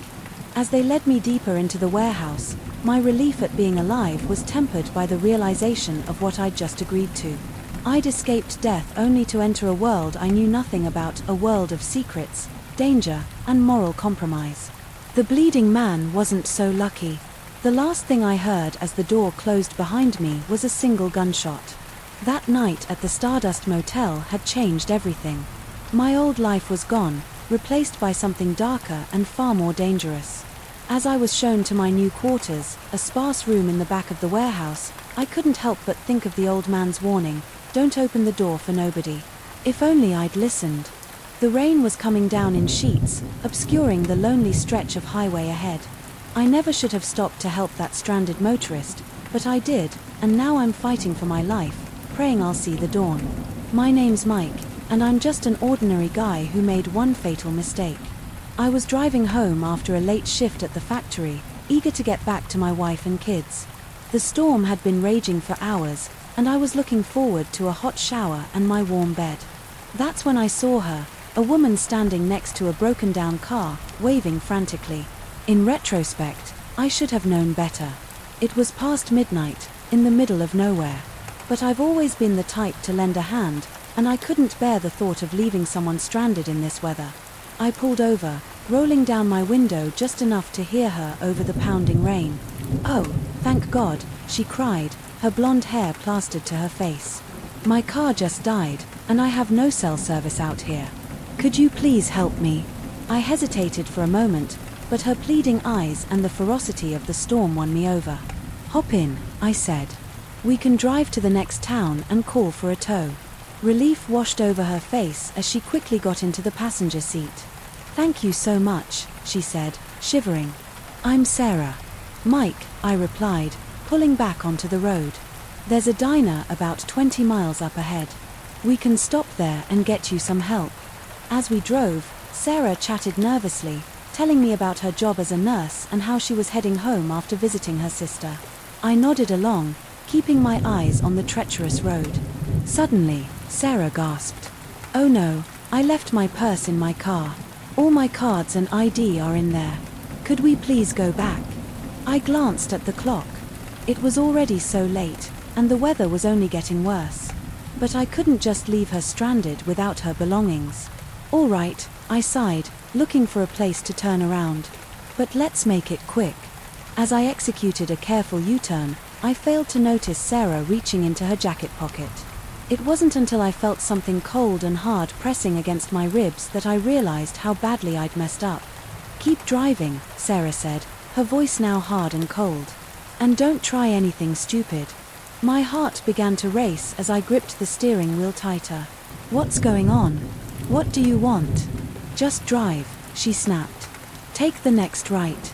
I did as I was told, my mind reeling. This couldn't be happening. Things like this didn't happen to guys like me. I was just a factory worker, a family man. I didn't have any enemies, didn't owe anyone money. Why me? We drove for what felt like hours, the rain never letting up. Sarah directed me down increasingly remote roads, deeper into the countryside. Finally, we pulled up to an old farmhouse, its windows dark and uninviting. "Park behind the barn," Sarah ordered. As soon as I cut the engine, the passenger door opened. A man appeared, his face hidden by the shadows and rain. He yanked me out of the car, quickly zip-tying my hands behind my back. "Good work, babe," he said to Sarah. "Let's get him inside before anyone drives by." They marched me into the farmhouse, shoving me down onto a rickety chair in what must have been the living room. A single bulb dangled from the ceiling, casting eerie shadows across the peeling wallpaper. "What do you want from me?" I asked, trying to keep the fear out of my voice. "I don't have any money if that's what this is about." The man chuckled, a sound devoid of any warmth. "Oh, this isn't about money, Mike. At least, not your money." Sarah perched on the arm of a moth-eaten couch, smirking. "You see, Mike, you're what we in the business call a good Samaritan. Always ready to help a damsel in distress. Makes you predictable, easy to manipulate." My blood ran cold as the reality of the situation sank in. This wasn't a random crime. They had targeted me specifically. But why? The man pulled up another chair, sitting down across from me. "Here's how this is going to work. You're going to call your lovely wife, Karen, and tell her that you've been in an accident. You need her to withdraw $50,000 from your joint account and bring it to a location we specify. No cops, no questions." I stared at him in disbelief. "Are you insane? We don't have that kind of money. And how do you know my wife's name?" He leaned in close, his breath hot on my face. "We know everything about you, Mike. Your job at the factory, your 2 kids, Emily and Jason, the mortgage you're struggling to pay. We've been watching you for weeks." My mind raced, trying to process this information. How had I never noticed? How long had they been planning this? "Why me?" I managed to ask. Sarah laughed, a harsh, grating sound. "Why not you? Middle-class family man, steady job, good credit score. You're the perfect mark. Banks don't ask questions when people like you need a sudden loan." "But we can't get that much money," I protested. "The bank won't just hand over $50,000, even if we asked." The man's eyes hardened. "Then you better be very convincing when you talk to Karen. Because if that money doesn't show up..." He pulled out a knife, running his thumb along the blade. "Let's just say it won't end well for you or your family." Fear gripped me like a vice. These people knew where I lived, knew about my family. Even if I somehow got away, they could still hurt Karen and the kids. "Okay," I said, my voice barely a whisper. "I'll do it. Just please don't hurt my family." The man nodded, seemingly satisfied. He pulled out a burner phone and dialed my home number, then held it up to my ear. Karen answered on the 3rd ring, her voice thick with sleep. "Hello. Karen, it's me," I said, trying to keep my voice steady. "Mike. What's wrong? Where are you?" I took a deep breath, silently praying she would understand. "I've been in an accident. I'm okay, but I need your help. I need you to go to the bank first thing in the morning and withdraw $50,000 from our account." There was a long pause. "What, Mike? What's going on? Should I call the police?" I could feel the man's eyes boring into me. No police, please, Karen. Just do as I say. I'll explain everything later. I need you to take the money to the old Miller farm on Route 7. Come alone." Another pause, then so quietly I almost missed it, red or blue. My heart skipped a beat. Years ago, Karen and I had come up with a simple code in case of emergencies. Red meant danger, call for help. Blue meant play along, I have a plan. "Blue," I said, hoping my captors wouldn't notice anything amiss. "Definitely blue." "Okay," Karen replied, her voice stronger now. "I understand." I tried to convince myself it was a one-time thing. Maybe Samantha was having personal problems. Maybe she was addicted herself. But deep down, I knew it was bigger than that. The way she'd threatened me, the confidence in her voice, this wasn't her first rodeo. I started paying more attention, noticing things I'd overlooked before, How certain nurses always seemed to be around when shipments of controlled substances arrived, how some patients' charts didn't quite add up, how often Samantha met with Dr. Reeves, the chief of surgery, in hushed conversations that stopped abruptly when anyone approached. It was like a veil had been lifted, and suddenly I could see the corruption that had been right under my nose all along. I knew I had to do something, but who could I trust? Going to the hospital administration seemed risky. What if they were in on it too? The police? But I had no real evidence, just the word of a janitor against respected medical professionals. That's when I remembered Sarah, a young nurse who'd always been kind to me. She was new, only a few months on the job, and still had that idealistic gleam in her eye. If anyone would believe me, it would be her. I caught her alone in the break room one night, my hands shaking as I poured myself a cup of coffee I didn't really want. "Sarah," I said, trying to keep my voice steady, "can I talk to you about something? It's important." She must have seen the fear in my eyes because her usual cheerful expression turned serious. "Of course, Sam, what's wrong?" I took a deep breath and told her everything. As I spoke, her eyes widened, a mix of shock and anger crossing her face. "We have to report this," she said when I finished. "This isn't just theft, Sam. Patients could be getting hurt." I nodded, relief washing over me. She believed me. I wasn't crazy. But how? Who do we tell? Sarah thought for a moment. "I have a friend in the DA's office. She deals with medical fraud cases. Let me reach out to her, see what she thinks we should do." For the first time since that night with Samantha, I felt a glimmer of hope. Maybe we could actually stop this. But our optimism was short-lived. The very next day, Sarah was gone, transferred to another hospital, they said. No warning, no goodbye. When I tried to call her, the number was disconnected. That's when the real fear set in. They knew. Somehow, they knew we were onto them. The next few weeks were a nightmare. I jumped at every shadow, convinced I was being watched. Samantha seemed to be everywhere, her eyes following me with a mixture of suspicion and malice. I couldn't sleep, couldn't eat. The weight of what I knew was crushing me. I was seriously considering quitting, maybe even leaving town, when it happened. I was taking out the trash behind the hospital when I overheard voices. Dr. Reeves and a man I didn't recognize. "The shipment's late," the stranger was saying, his voice low and angry. "My buyers are getting impatient." "It'll be here," Reeves replied. "We had to change our supplier after that nosy nurse almost blew our cover, but it's under control now." My blood ran cold. Sarah. They'd gotten rid of her because of me. I must have made a noise because suddenly they were looking in my direction. I ducked behind the dumpster, my heart pounding. "What was that?" the stranger asked. "Probably just a raccoon," Reeves said. "Come on, let's finish this inside." As their footsteps faded, I let out a shaky breath. I couldn't ignore this anymore. People were getting hurt, maybe even killed. I had to do something, no matter the risk. That night, I made a decision. I would gather evidence, document everything I could, and then I'd go to the police, consequences be damned. For the next week, I became a ghost in the hospital.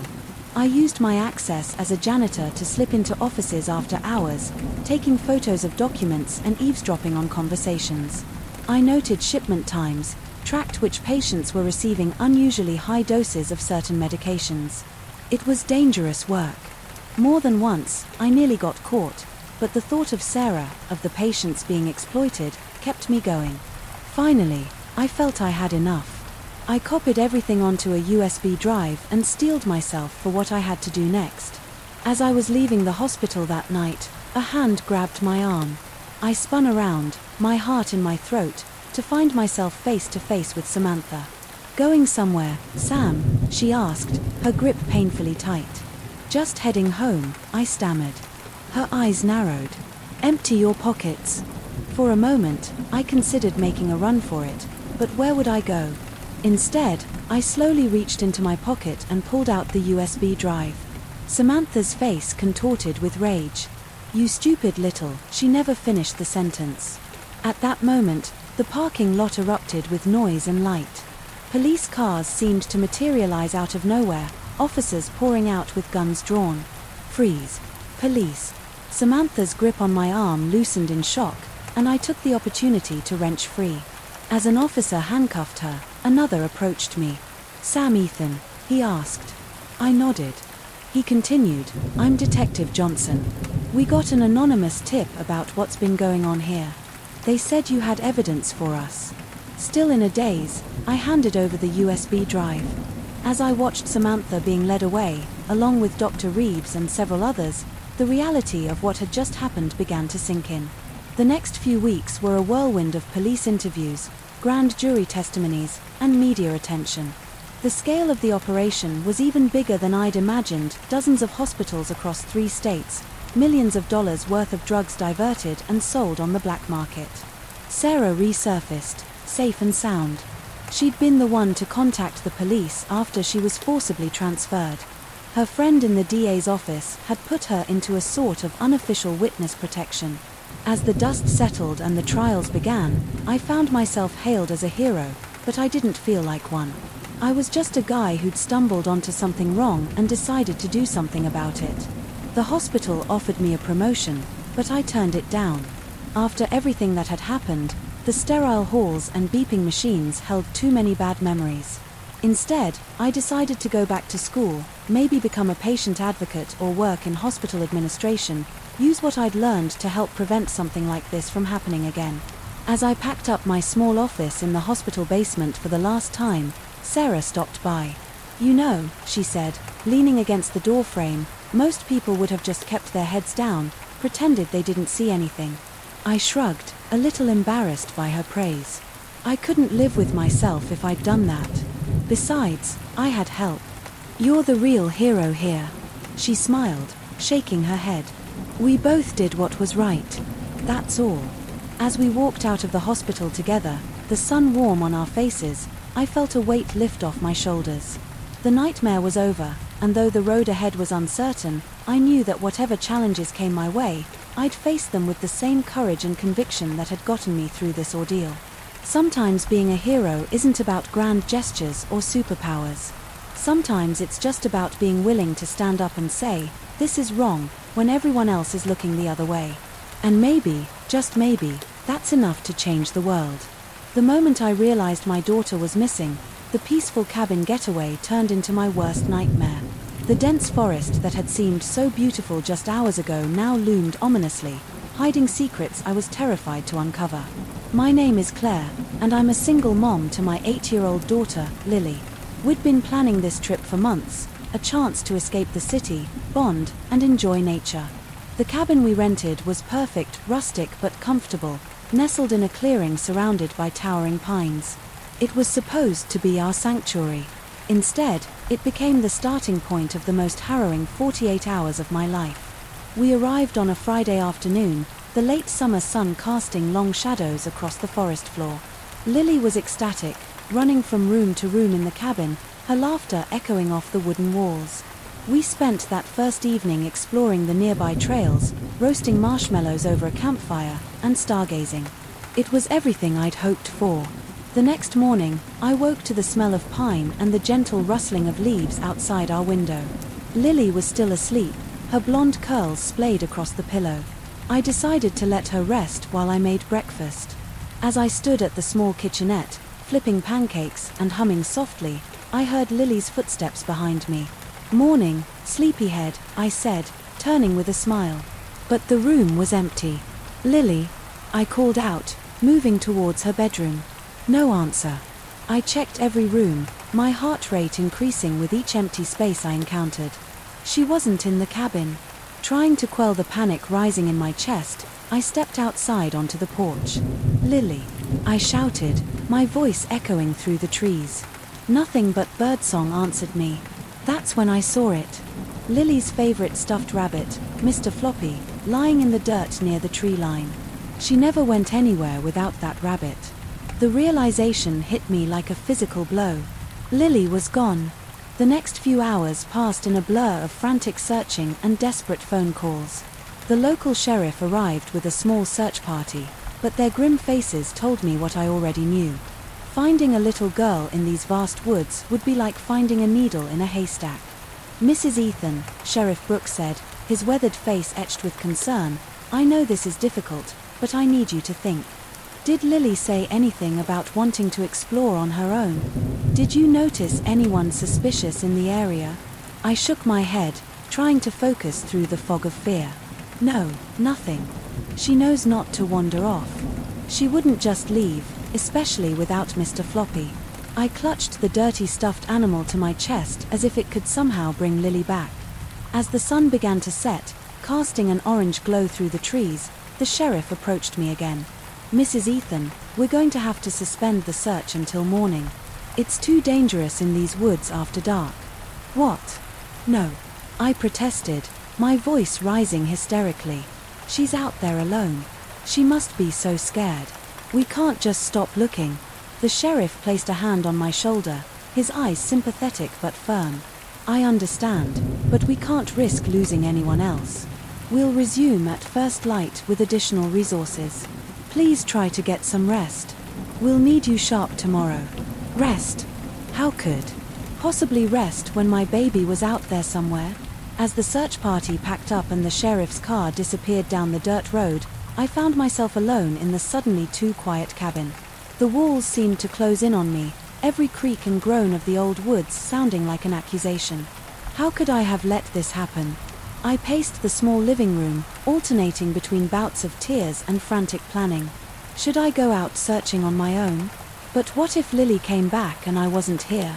The rational part of my brain knew the sheriff was right. Searching these woods at night would be suicide. But the mother in me screamed to do something, anything. As midnight approached, my exhaustion finally overtook me. I collapsed onto Lily's bed, burying my face in her pillow, breathing in her scent. Please, I whispered into the darkness, please bring her back to me. I must have dozed off because the next thing I knew, I was jolted awake by a sound, a child's laughter, faint but unmistakable, drifting through the open window. I was on my feet in an instant, heart pounding. Lily, I called out, rushing to the window. The forest outside was pitch black, the trees nothing more than looming shadows. But there it was again, a giggle, followed by what sounded like singing. Without thinking, I grabbed a flashlight and ran outside. The beam of light cut through the darkness, illuminating a narrow path leading into the woods. The singing grew louder, and I could now make out the words. It was Lily's favorite lullaby, the one I sang to her every night. Lily, I shouted, plunging into the forest. Branches whipped at my face and arms, but I barely felt them. All that mattered was following that voice. I don't know how long I ran, the flashlight beam bouncing wildly as I stumbled over roots and rocks. The singing always seemed just out of reach, leading me deeper and deeper into the woods. Suddenly, the trees opened up into a small clearing. My flashlight beam fell on a figure standing in the center, a little girl with blonde curls. Lily, I cried, relief flooding through me. But as I moved closer, the figure turned, and my blood ran cold. It wasn't Lily. The thing that faced me looked like a child, but its skin was pale as moonlight, its eyes black as coal. It smiled, revealing pointed teeth. Mommy, it said in Lily's voice, but the sound was all wrong, too hollow, too cold. I stumbled backward, a scream caught in my throat. This couldn't be real. I had to be dreaming. The creature took a step towards me, still smiling that terrible smile. Don't you want to play with me, Mommy? You're not my daughter, I managed to choke out. Where is Lily? What have you done with her? The thing cocked its head to the side, an eerily childlike gesture. Lily's playing with us now. She's having so much fun. Don't you want to join us? As it spoke, I became aware of movement in the trees surrounding the clearing. More pale figures emerged, some child-sized, others adult, all with those same black eyes and pointed teeth. Terror unlike anything I'd ever known gripped me. These creatures, whatever they were, had my daughter, and now they wanted me too. Give her back, I said, surprised by the steadiness in my voice. Give me back my daughter. The creature that wore Lily's face laughed, a sound like breaking glass. But we like Lily. She's so full of life, so bright. We need that brightness. The other creatures were closing in now, forming a circle around me. I clutched my flashlight like a weapon, my mind racing. What were these things? How could I fight them? How could I save Lily? Just as the circle was about to close, a piercing whistle cut through the night. The creatures hissed, shrinking back from the sound. A moment later, a blinding light flooded the clearing. "Claire, get down," a voice shouted. I dropped to the ground just as something whooshed over my head. There was a terrible shrieking, and when I looked up, the creatures were fleeing back into the woods. A hand grabbed my arm, pulling me to my feet. It was Sheriff Brooks, his face grim in the harsh light of what I now saw was a floodlight mounted on a truck. "Are you all right?" he asked, his eyes scanning the tree line warily. I nodded, still too shocked to speak. "We need to get you out of here," he said, leading me towards the truck. "It's not safe." As we drove back to the cabin, the sheriff explained. The woods were home to something ancient and malevolent, something that fed on the life force of the young and innocent. "They take children, luring them away with false promises and familiar voices," he said, his voice heavy with regret. "We've known about them for generations. We try to keep people away, but sometimes—" "Lily," I whispered, fresh tears spilling down my cheeks. The sheriff's grip tightened on the steering wheel. "There's still hope. They don't take the children right away. They play with them first, draw out their energy slowly. If we can find where they're keeping her in the next 24 hours, we might be able to save her." The next day was a blur of activity. The sheriff called in reinforcements, not just more officers, but people he called specialists. They arrived with strange equipment and ancient-looking books, speaking in hushed tones about ley lines and dimensional weak points. I wanted to believe it was all some elaborate hoax, that any moment I'd wake up back in the cabin with Lily safe beside me. But the memory of those black eyes and pointed teeth was burned into my mind. This was real, as impossible as it seemed. As the sun began to set, the specialists pinpointed a location deep in the woods where they believed the entrance to the creature's realm would appear. Armed with an array of weapons, both modern and mystical, our group set out. The forest seemed different now, more alive, watching our every move. Strange whispers echoed between the trees, and more than once I caught glimpses of pale figures darting just out of sight. Finally, we reached a small cave entrance, half hidden behind a curtain of vines. The air around it shimmered strangely, and I could hear faint, otherworldly music drifting out. "This is it," one of the specialists said. "The gateway will open at midnight. We'll have exactly 1 hour to find the girl and get out before it closes again." I stepped forward, my heart pounding but my resolve firm. "I'm going in. She's my daughter." The sheriff nodded, handing me a strange, glowing amulet. "Wear this. It'll protect you from their glamours. And take this." He pressed a wicked-looking iron knife into my hand. "Iron burns them. Use it if you have to." As midnight struck, the cave mouth seemed to waver and expand. Beyond it, I could see a twisted version of the forest, bathed in an eerie phosphorescent light. Taking a deep breath, I stepped through. What followed was like something out of a nightmare. The forest on the other side was alive in the worst way possible. Trees reached out with gnarled branches, trying to snatch at us. The ground itself seemed to shift and breathe beneath our feet. And everywhere, those creatures watched us with their black eyes, always just out of reach, laughing and calling out with the voices of lost children. We fought our way through their tricks and traps, the specialists using their strange devices to guide us towards where they believed the children were kept. Every step was a battle, but the thought of Lily kept me going. Finally, we reached a large, hollow tree. Inside, suspended in glowing cocoons, were dozens of children, and there, right in the center, was Lily. "Mommy," she called out weakly. As I cut her free, I knew you'd come. Clutching her to my chest, we ran. The creatures, realizing their prey was escaping, attacked in force. It was chaos, flashing lights, inhuman shrieks, the smell of burning flesh as iron and magic did their work. Somehow, we made it back to the cave entrance with only minutes to spare. As we burst back into our world, I heard the awful howls of the creatures fade away as the gateway closed behind us. The next few days were a whirlwind of hospital visits, police statements, and tearful reunions. Lily would recover fully, the doctor said, though the psychological scars might take longer to heal.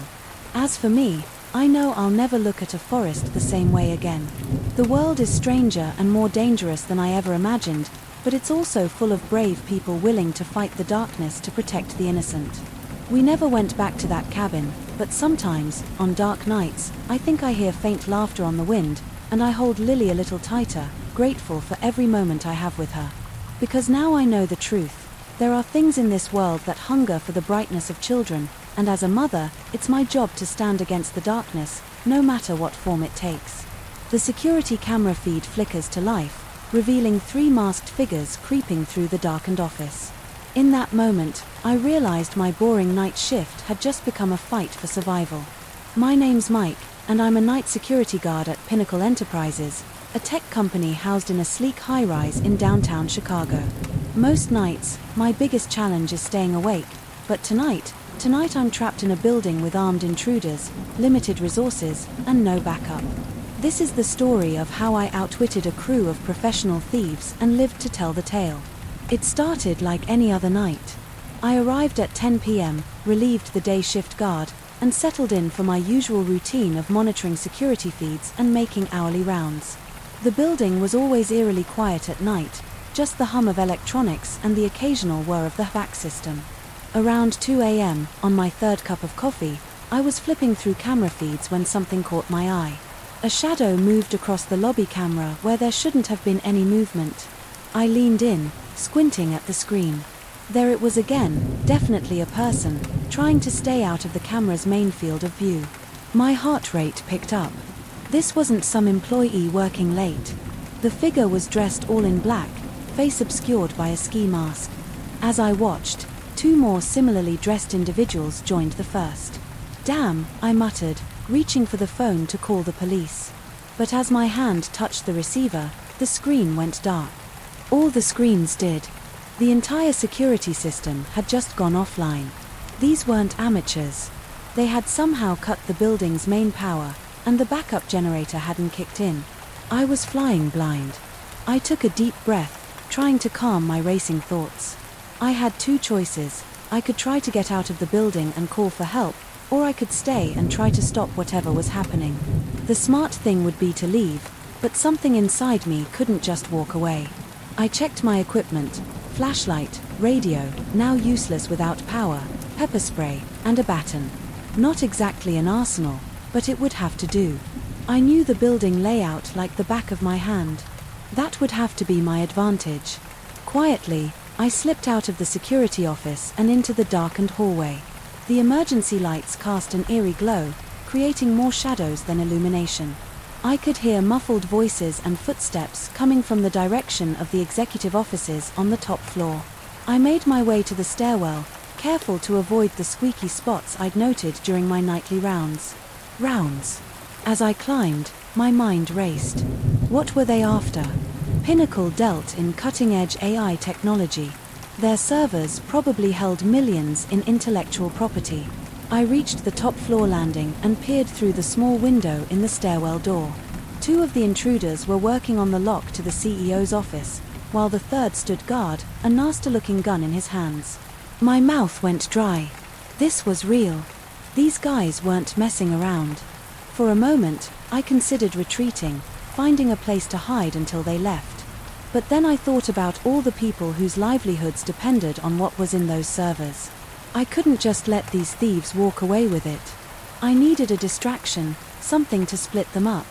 My eyes fell on the fire alarm on the wall. It was powered by a separate battery system. Perfect. I took a deep breath, steeling myself for what I was about to do. Then I pulled the alarm.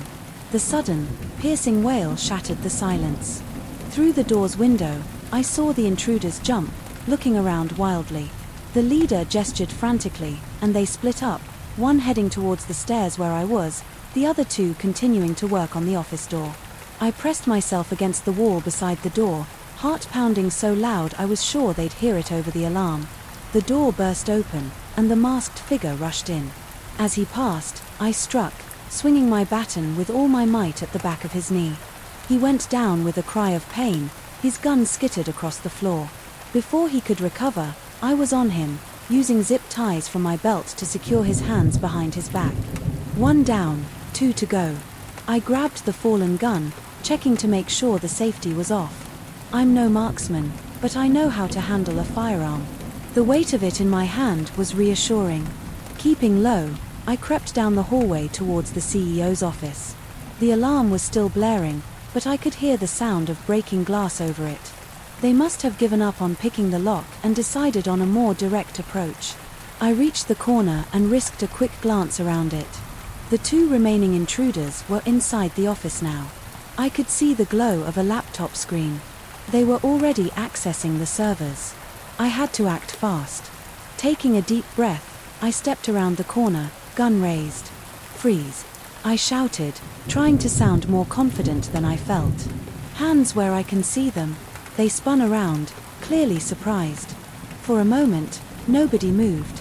Then, faster than I could react, one of them reached for his weapon. I fired. The sound was deafening in the enclosed space. The bullet went wide, shattering a framed photograph on the wall, but it had the desired effect. Both men dove for cover, giving me a chance to duck behind a heavy wooden desk. "You're outnumbered and outgunned," one of them called out. "Why don't you make this easy on yourself and walk away? We're not here for you." "Can't do that," I replied, my voice steadier than I expected. "Whatever you're stealing, it's not yours to take." A harsh laugh. "Noble, stupid, but noble. Last chance. Walk away now, or we'll put you down." In response, I popped up and fired again, aiming for the computer. The screen exploded in a shower of sparks, and I heard cursing from the other side of the room. "You'll pay for that," the voice growled. What followed was the most intense few minutes of my life. We exchanged gunfire, neither side able to get a clear shot. I was pinned down, but so were they. It was a stalemate, and we all knew it. But they were professionals, and I was just a security guard running on adrenaline and luck. Eventually, that luck would run out.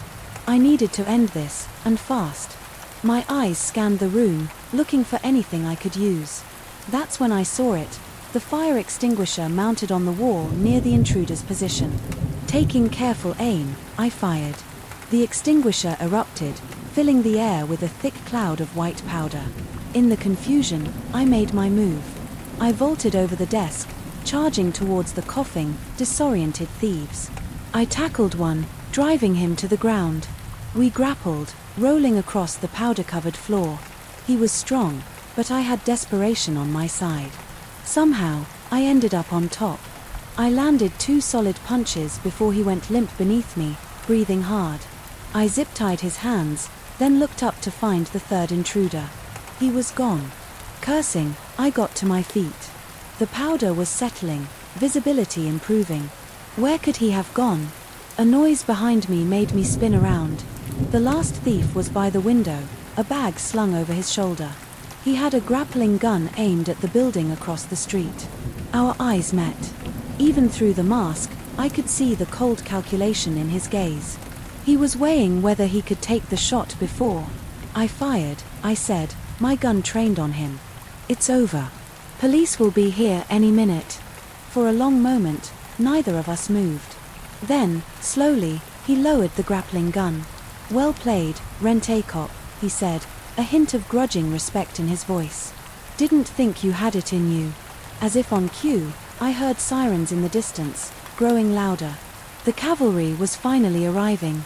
The next hour was a blur of police statements, paramedics checking me over, and a very surprised CEO showing up to survey the damage to his office. By the time things calmed down, the sun was rising, painting the Chicago skyline in hues of pink and gold. As I sat on the back of an ambulance, a shock blanket draped over my shoulders, the police chief approached me. "You did good tonight, son," he said, clapping me on the shoulder. "Not many people would have had the guts to do what you did." I nodded, too exhausted to form words. The adrenaline had long since worn off, leaving me feeling drained and slightly in shock. Had I really just single-handedly foiled an armed robbery? "Get some rest," the chief continued, "but when you're up for it, come down to the station. I think we might have a job for you that's a little more suited to your skills than night watchman." As he walked away, I couldn't help but laugh. 24 hours ago, I was a bored security guard, counting the minutes until his shift ended. Now I was a hero, with a possible future in law enforcement on the horizon. I looked up at the Pinnacle Enterprises building, the top floor windows still dusted with fire extinguisher residue. Whatever they were going to pay me to clean up this mess, it wasn't going to be enough. But as I watched the 3 masked men being led away in handcuffs, I felt a surge of pride. I had protected what I was meant to protect. I had made a difference. Not bad for a night's work. As the ambulance doors closed and we pulled away from the scene, I leaned back, finally allowing my eyes to close. I had a feeling sleep wouldn't be a problem today, and for once, I was actually looking forward to my next shift. After all, who knew what excitement it might bring? The moment we crossed the town line of Millbrook, I knew we'd made a terrible mistake. The fog that had forced us off the highway seemed to thicken, swallowing our car whole. Little did we know, we were driving straight into a nightmare from which we might never escape. My name's Jack, and what was supposed to be a fun family road trip turned into a fight for survival in a town that shouldn't exist. It all started when my wife, Sarah, our 2 kids, Emma, 14, and Liam, 10, and I decided to drive to my parents' place for their 40th anniversary. We'd made this trip a dozen times before, always sticking to the main highway, but this time, a freak summer storm forced us to seek an alternate route. "Dad, I think we're lost," Emma said from the back seat, her eyes glued to her now useless phone. "No signal." "Great. We're not lost, honey," I replied, trying to sound more confident than I felt. "We're just taking the scenic route." Sarah shot me a look that said she wasn't buying it either. The GPS had gone haywire about an hour ago, right around the time the storm hit. Now we were relying on an old paper map and my questionable sense of direction. As we crawled through the fog, headlights barely penetrating the gloom, a sign loomed out of the darkness: "Welcome to Millbrook, where time stands still." "Oh, thank God," Sarah sighed. "Maybe we can stop and ask for directions." I nodded, relief washing over me. A few minutes later, we rolled into what looked like the town's main street. Despite it being only 7 p.m., the place was eerily quiet. No pedestrians, no other cars, just rows of quaint shops and houses that looked like they belonged in the 1950s.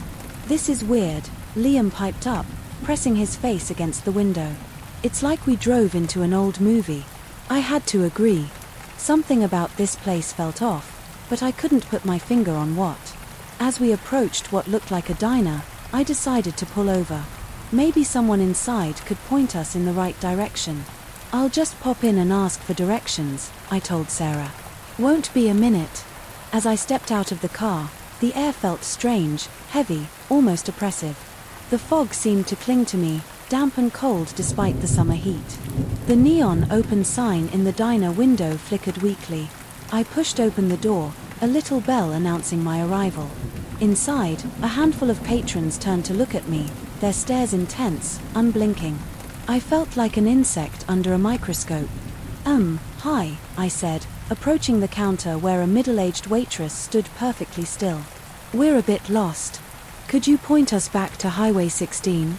The waitress tilted her head, her movement almost mechanical. "Highway 16? Never heard of it, stranger. Why don't you and your family come in for a bite? You look tired. A good meal will do you good." Her smile didn't reach her eyes, which remained cold and calculating. A shiver ran down my spine. "Thanks, but we really need to get going.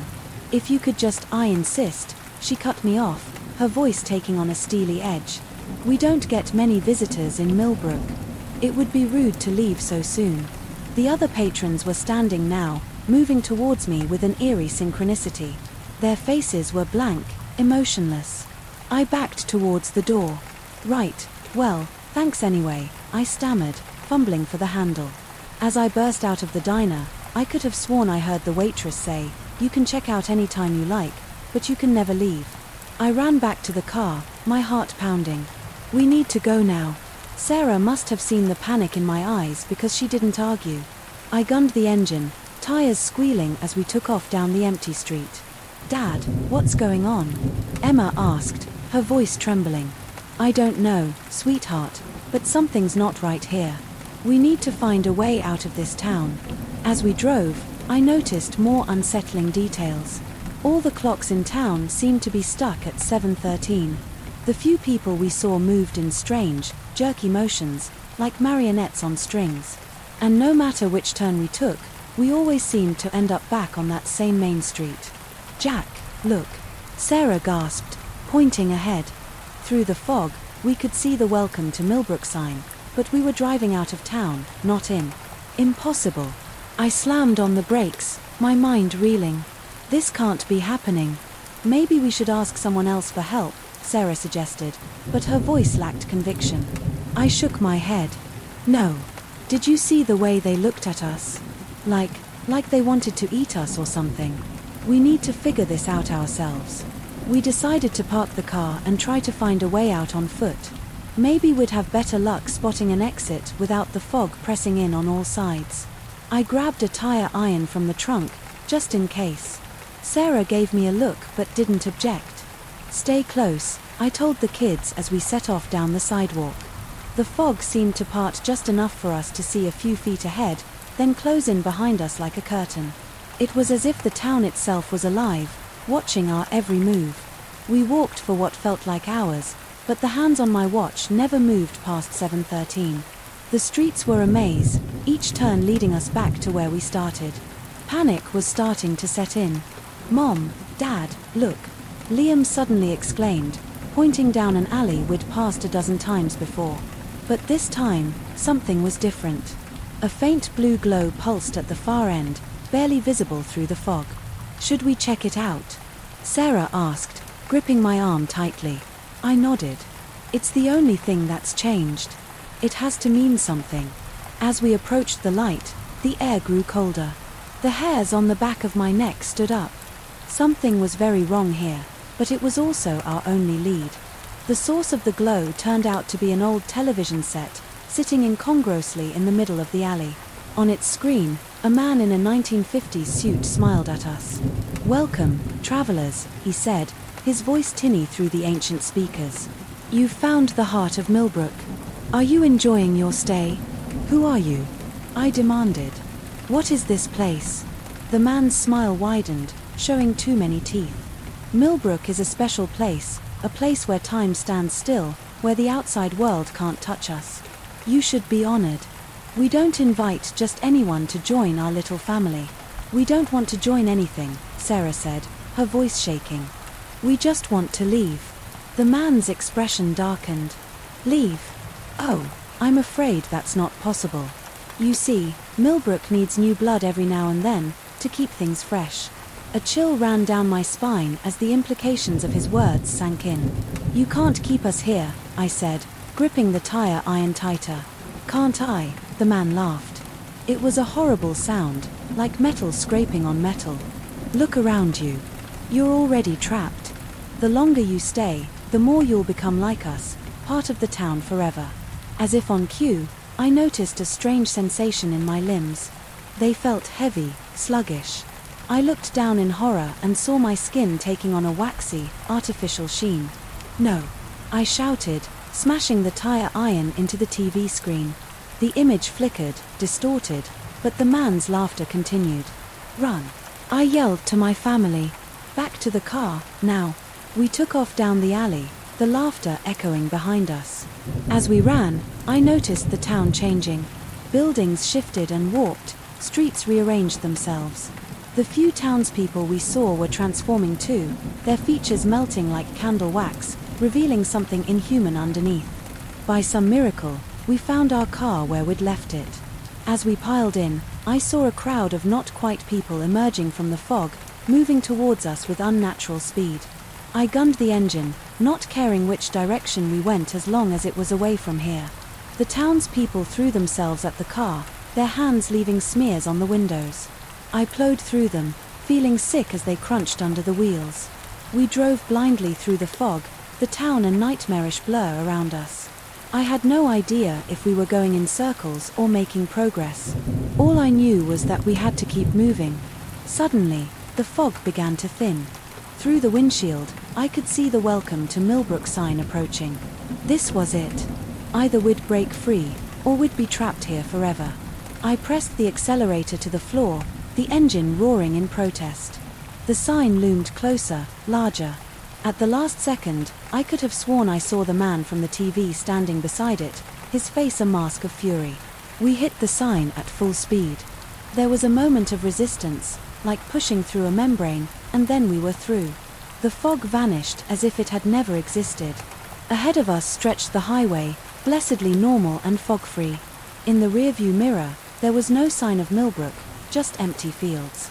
We drove in stunned silence for several miles before I finally pulled over. We all sat there, breathing heavily, trying to process what had just happened. Was that real?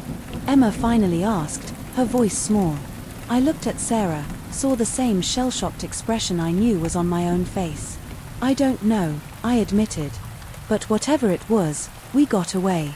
As we continued our journey, now sticking firmly to the main highway, I couldn't shake the feeling that we'd brushed up against something beyond our understanding, a pocket of reality where the normal rules didn't apply. I also knew that I'd never take an unmarked exit again. Some day tours, once taken, can never be undone, and some towns, once entered, never let you go. We made it to my parents' house late that night.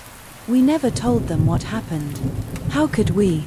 But from that day on, our family shared a bond forged in the crucible of that impossible town, a reminder that in this world, there are still dark corners where logic fails and nightmares come to life. And somewhere out there, hidden in the fog, Millbrook waits, hungry for its next visitors. The moment I found that note on my bed, I knew my peaceful house-sitting gig had just become a deadly game of cat and mouse. "You can't hide from me," it read in jagged handwriting. Suddenly, the spacious mansion felt like a trap, and I was the prey. My name's Sam, and I'm a grad student who picked up a summer job house-sitting for the wealthy Henderson family. Easy money, I thought. Watch their sprawling estate while they vacationed in Europe for a month, water the plants, feed the fish, enjoy their pool and home theater. What could go wrong? Everything, as it turned out. It started innocently enough. I'd been at the house for about a week, settling into a comfortable routine. The Hendersons had left detailed instructions for everything: when to water which plants, how to operate their high-tech security system, even a schedule for turning lights on and off to make it look like the house was occupied. I spent my days working on my thesis, lounging by the pool, and exploring the massive house. It was the kind of place where you could discover a new room every day: home offices, guest suites, a wine cellar. The Hendersons clearly lived well. It was on day 8 that things started to feel off. I was in the kitchen making dinner when I heard a noise from upstairs, a thud like something heavy being dropped. I froze, spatula in hand, straining to listen. Silence. "Hello," I called out, immediately feeling foolish. I was alone in the house. It was probably just the house settling, or maybe something had fallen over in one of the rooms. Still, I couldn't shake the uneasy feeling that had settled over me. I turned off the stove and slowly made my way upstairs, my heart pounding in my chest.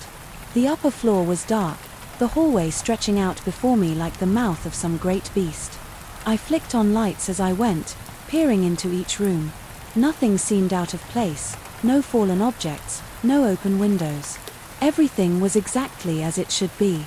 I was about to head back downstairs, chalking it up to an overactive imagination, when I noticed something.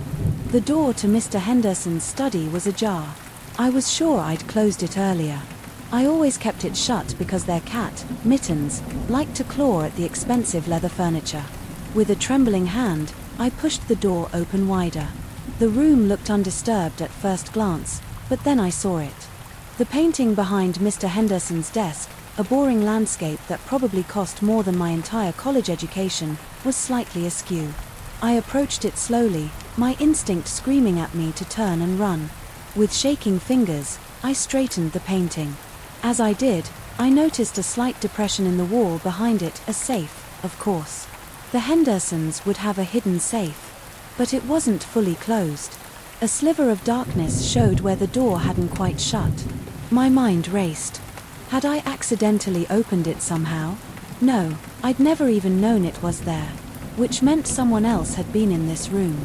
And prepared to leave the Henderson estate for the last time, I couldn't help but feel a strange sense of pride. I'd faced something terrifying and come out the other side. I'd proven to myself that I was stronger than I ever thought possible. The Hendersons insisted on driving me to the airport themselves. Mrs. Henderson hugged me tightly as we said our goodbyes. "You're family now, Sarah," she said, her voice thick with emotion. "You'll always have a place with us." I smiled, touched by her words. "Thank you for everything." As I boarded the plane, I felt a mix of relief and exhaustion. The events of the past few days had left me drained, but they'd also given me something invaluable, a newfound confidence in my ability to handle whatever life threw at me. When I landed back home, my friends were waiting for me at the airport. They'd heard bits and pieces of what had happened, and they bombarded me with questions as soon as they saw me. I told them the whole story, leaving out none of the harrowing details. By the time I finished, they were staring at me in awe. "You're a total badass," my best friend, Jess, said, shaking her head in disbelief. "I don't know if I could have done what you did." I laughed, though it still felt a little surreal. I didn't have a choice. It was either fight or, well, you know. Jess hugged me tightly. "I'm just glad you're okay."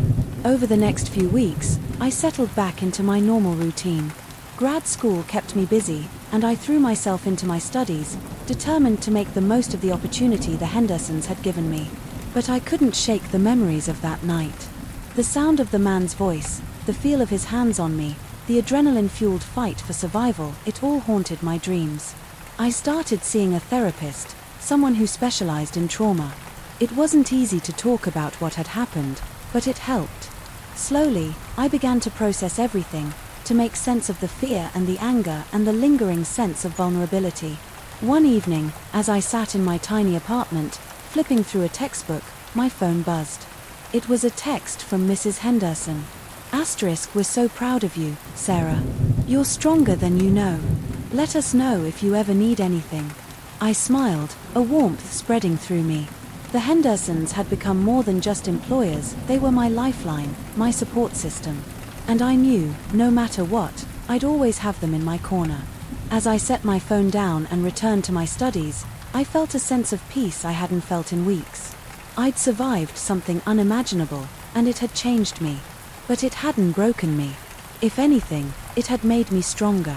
And I knew, no matter what challenges lay ahead, I'd face them head on. Because I was a survivor. And survivors don't back down. Dozens of photographs. Polaroids, to be exact. They were pinned haphazardly, some overlapping others, covering nearly every inch of the walls. My stomach churned as I stepped closer, my flashlight beam illuminating the images. They were all of children, smiling, laughing, playing. Some were candid shots, taken from a distance, while others were posed, the children looking directly into the camera with wide, frightened eyes. "What the hell is this?" Dave whispered, his voice trembling. I didn't answer. I couldn't. My throat had gone dry, and my hands were shaking so badly I could barely hold the flashlight steady. The air in the cabin was thick with the smell of mildew and something else, something metallic and sharp. Blood. "We need to get out of here," Chris said, his voice barely above a whisper. "Now." But before any of us could move, the door slammed shut behind us. We spun around, our flashlights darting wildly, but there was no one there. The cabin was empty, or so it seemed. "Hello," Tom called out, his voice echoing in the small space. "Is someone there?" No answer. Just the creak of the floorboards beneath our feet and the sound of our own panicked breathing. "Let's just go," I said, my voice cracking. "We'll call the police when we get back to town." We turned back toward the door, but as we did, the whistling started again. This time, it was coming from inside the cabin. It was low and haunting, the same discordant tune we'd heard before. And it was getting louder. "Where is it coming from?" Dave asked, his voice rising in panic. I swung my flashlight around the room, but there was no one there. The whistling seemed to be coming from everywhere and nowhere at once. It was maddening. "The basement," Chris said suddenly, pointing to a trapdoor in the floor that I hadn't noticed before. "It's coming from down there." "No way," Tom said, shaking his head. "We're not going down there. We're getting out of here." But before we could move, the trapdoor flew open with a loud bang, and the whistling stopped. The silence that followed was worse, heavy and oppressive, like the calm before a storm. "Go," I said, my voice barely a whisper. "Now." We bolted for the door, but it wouldn't budge. It was as if it had been nailed shut from the outside. We pulled and pushed, but it didn't move an inch. "The window," Chris shouted, pointing to a small, grimy window near the ceiling. We scrambled toward it, piling furniture on top of each other to reach it. Tom was the first to climb up, shoving the window open with a grunt. He pulled himself through, then reached back to help the rest of us. One by one, we tumbled out of the cabin and into the clearing. We didn't stop to look back. We ran, our feet pounding against the forest floor, branches whipping at our faces. The whistling started again, louder this time, and it was following us. We ran until our lungs burned and our legs gave out. When we finally stopped, we were deep in the woods, far from the cabin and the clearing. We collapsed onto the ground, gasping for air, our hearts pounding in our chests. "What the hell was that?" Dave asked, his voice shaking. "I don't know," I said, my voice barely above a whisper. "But we need to get out of here. Now."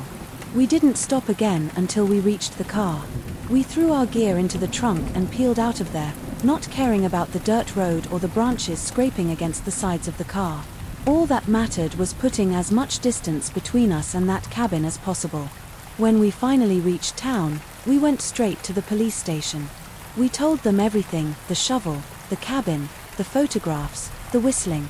They listened, but I could tell they didn't believe us. Not really. They sent a team out to investigate, but when they returned, they said they hadn't found anything. No cabin, no photographs, no trapdoor. Just an empty clearing in the woods. We didn't argue. We knew what we'd seen, but we also knew no one would believe us. We left town that night and never went back. It's been years since that trip, but I still hear the whistling sometimes, late at night when the house is quiet. It's faint, almost like a memory, but it's enough to send a chill down my spine. I don't know what was in that cabin or who or what was whistling that night.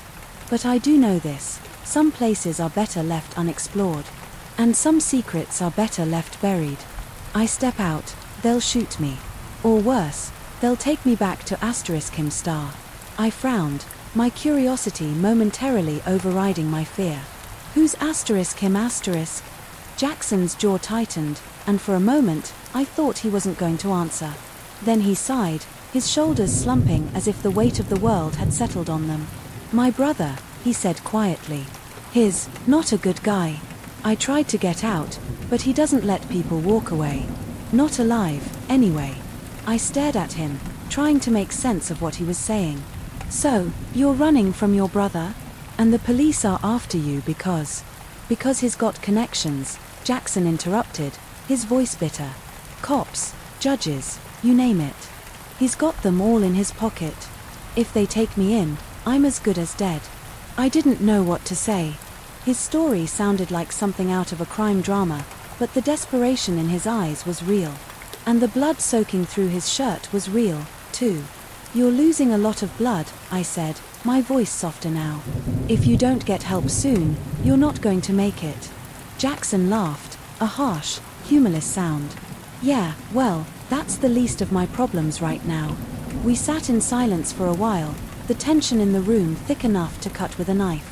Outside, the police were still shouting through the megaphone, their voices growing more insistent. I could hear them moving around the building, their footsteps crunching on the gravel. "What's your plan?" I asked finally. "You can't stay here forever." Jackson didn't answer right away. He seemed to be weighing his options, his eyes darting around the room as if searching for an answer. Finally, he looked at me, his expression grim. "I need a distraction," he said. "Something to draw their attention away from the back of the building. If I can get to the woods, I might have a chance." I swallowed hard, my stomach churning. "And what about me? What happens to me when you leave?" Jackson hesitated, his gaze dropping to the floor. "I don't want to hurt you, Sarah. But I can't let you call the cops the second I'm gone." My heart pounded in my chest. "So, what? You're just going to leave me here? Tie me up or something?" He didn't answer, but the look in his eyes told me everything I needed to know. I was trapped, caught between a desperate fugitive and a police force that might not care if I got caught in the crossfire. The sound of shattering glass made us both jump. Someone had broken a window. Jackson cursed under his breath, his grip tightening on the gun. "We're out of time," he said, his voice low and urgent. "Here's what's going to happen. You're going to create a distraction. Make some noise, draw their attention to the front of the store. While they're busy, I'll slip out the back. If you try to warn them, if you do anything stupid." He didn't finish the sentence, but the threat was clear. I nodded, my mind racing. I had to play along, at least for now. "Okay," I said, my voice trembling. "I'll do it." Jackson studied me for a moment, as if trying to decide whether he could trust me. Then he nodded. "Good. Let's go." We moved back into the main part of the store, crouching low to avoid being seen through the windows. Jackson positioned himself near the emergency exit, his gun still trained on me. "Go," he whispered. "And remember, no funny business." I took a deep breath, trying to steady my nerves. Then I stood up and started shouting, "Help! Someone help me! He's got a gun." Almost immediately, there was a flurry of activity outside. I could hear the police shouting, their footsteps pounding on the pavement. Jackson gave me one last look, then slipped out the emergency exit, disappearing into the night. The front door burst open, and a swarm of officers rushed in, their guns drawn. I dropped to the floor, my hands in the air. "Don't shoot. It's me, Sarah. He's gone." The officers quickly secured the area, their eyes scanning the store for any sign of Jackson. One of them helped me to my feet, his grip firm but gentle. "Are you hurt?" he asked, his voice calm but urgent. I shook my head, tears streaming down my face. "No, I'm okay. He's hurt, though." He went out the back. The officer nodded, barking orders into his radio. Within minutes, the store was swarming with police, their flashlights cutting through the darkness as they searched for Jackson. I was taken to the police station, where I gave a full statement. They asked me endless questions about Jackson, about what he'd said, about where he might have gone. I told them everything I could remember, but I couldn't shake the feeling that I'd missed something important. It wasn't until hours later, as I sat in the waiting room with a blanket wrapped around my shoulders, that I realized what it was. Jackson had mentioned his brother, someone powerful, someone who had the police in his pocket. And now, the police were the ones hunting him. I didn't know what to believe. Was Jackson really a victim, caught up in something bigger than himself? Or was he just a criminal, trying to manipulate me into helping him escape? I never found out. The police never caught Jackson, at least not that I heard. And as the days turned into weeks, the whole ordeal began to feel like a bad dream. But I couldn't forget the look in his eyes, the desperation, the fear. Whatever Jackson was running from, it was real. And part of me couldn't help but wonder if I'd done the right thing by helping him escape. Now, whenever I work the night shift, I keep one eye on the door, always watching, always waiting. Because I know now that the world is a dangerous place, and sometimes, the line between right and wrong isn't as clear as it seems. My family, Mike's expression would tighten, just for a split second. His smile would falter, and his eyes would dart away. At first, I thought maybe I was imagining it, but as the miles rolled by, the pattern became harder to ignore. "So, you've got kids, huh?" Mike asked, his tone casual but his fingers tapping nervously on the armrest. "Yeah, 2 boys," I said, glancing at him. "They're my world. Always keeping me on my toes." Mike nodded, but his jaw was clenched.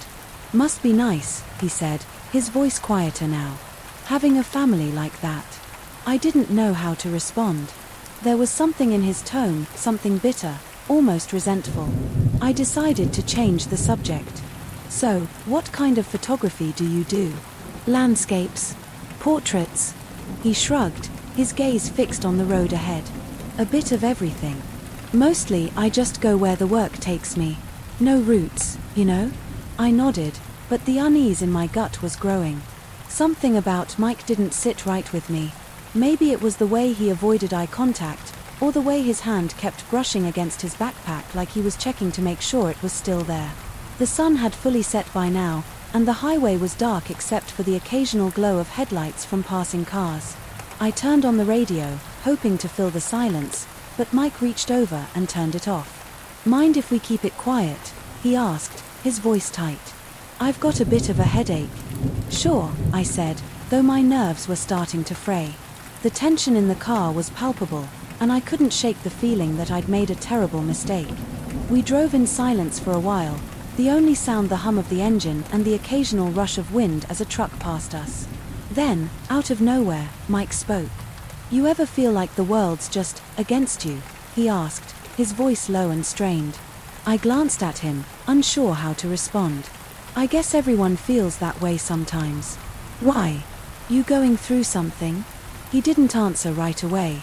Instead, he reached into his backpack, and my heart skipped a beat. I kept my eyes on the road, but I could see him rummaging around in my peripheral vision. When he pulled his hand out, he was holding a small, crumpled photograph. "This is my family," he said, his voice trembling. "Or what's left of it." I glanced at the photo. It was old and faded, but I could make out a younger Mike, standing between a man and a woman who I assumed were his parents. They were smiling, but there was something haunting about the image, something that made my skin crawl. "What happened?" I asked, my voice barely above a whisper. Mike's grip on the photo tightened. "They're gone," he said, his voice breaking. "And it's my fault." I didn't know what to say. The air in the car felt heavy, suffocating.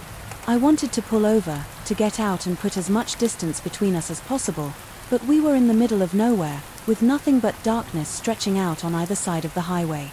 "Mike," I said carefully, "what do you mean it's your fault?" He didn't answer.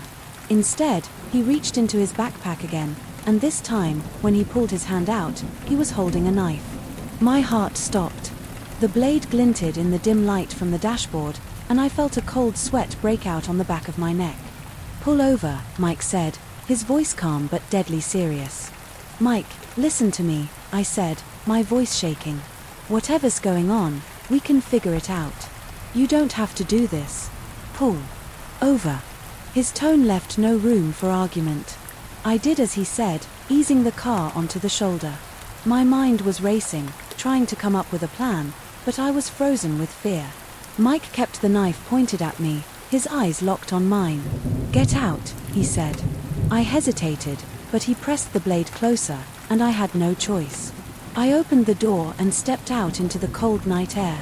Mike followed, keeping the knife trained on me as he rounded the car. "Give me your keys," he demanded.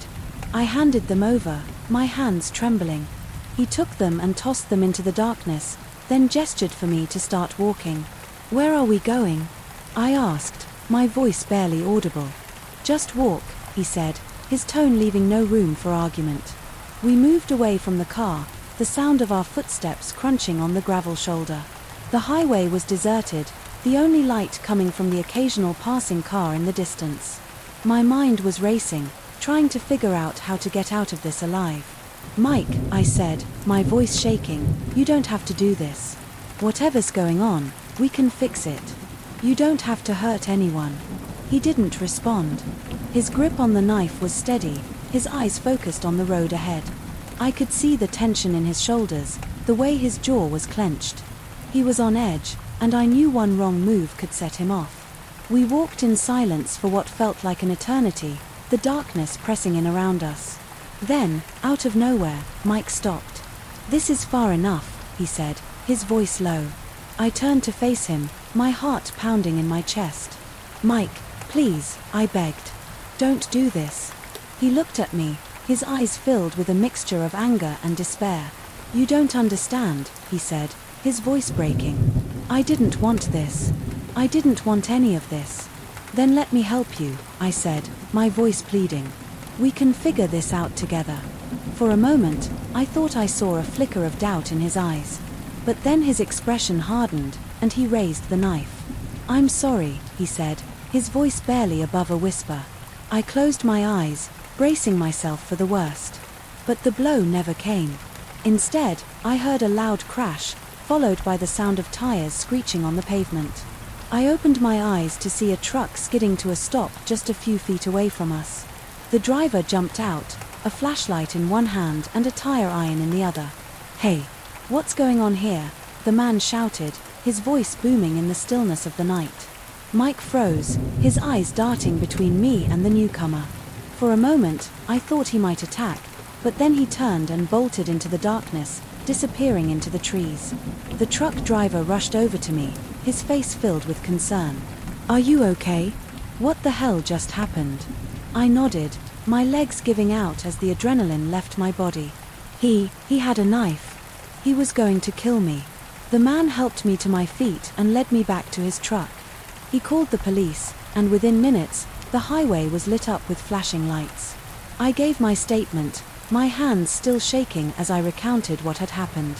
They never found Mike. He vanished into the night, leaving behind nothing but questions and fear. I never saw him again, but I'll never forget the look in his eyes, the pain, the anger, the desperation. Now, whenever I see a hitchhiker on the side of the road, I keep driving. Because sometimes, the road to hell really is paved with good intentions.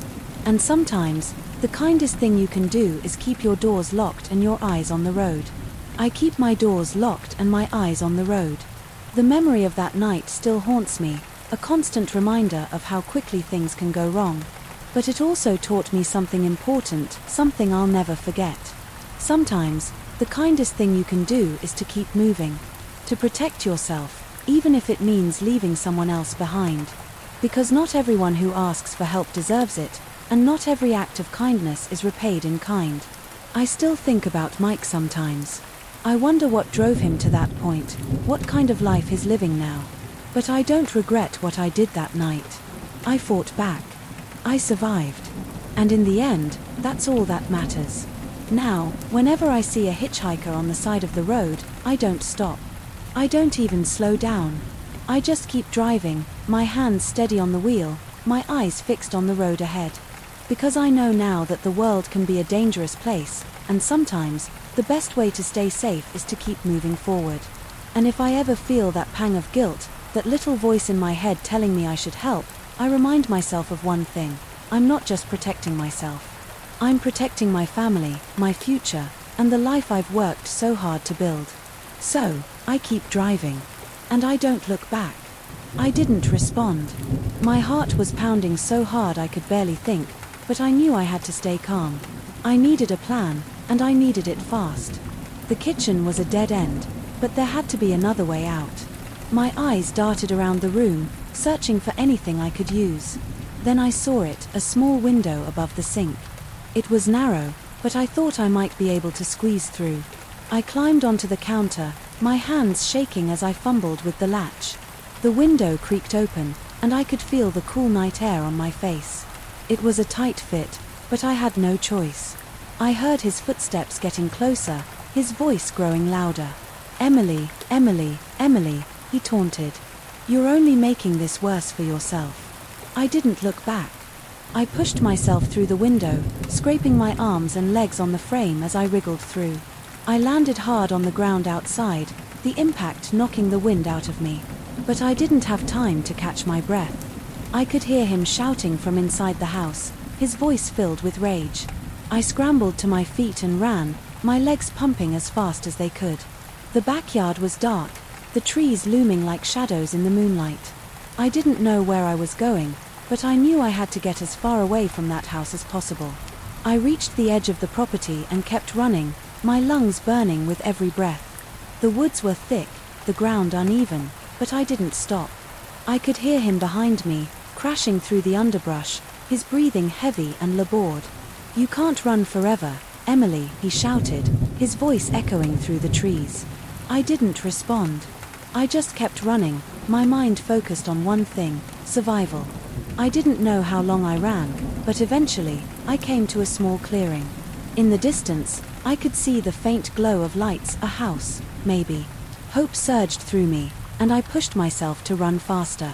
I burst out of the woods and onto a quiet residential street.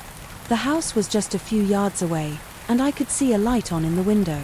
I ran up to the door and pounded on it with all my strength. "Help! Please, help me!" I screamed, my voice hoarse and desperate. The door opened, and a middle-aged woman stood there, her eyes wide with shock. "Oh my God, are you okay?" she asked, reaching out to steady me. "Call the police," I gasped, collapsing onto the porch. "There's a man, he's after me. Please, call the police." The woman didn't hesitate.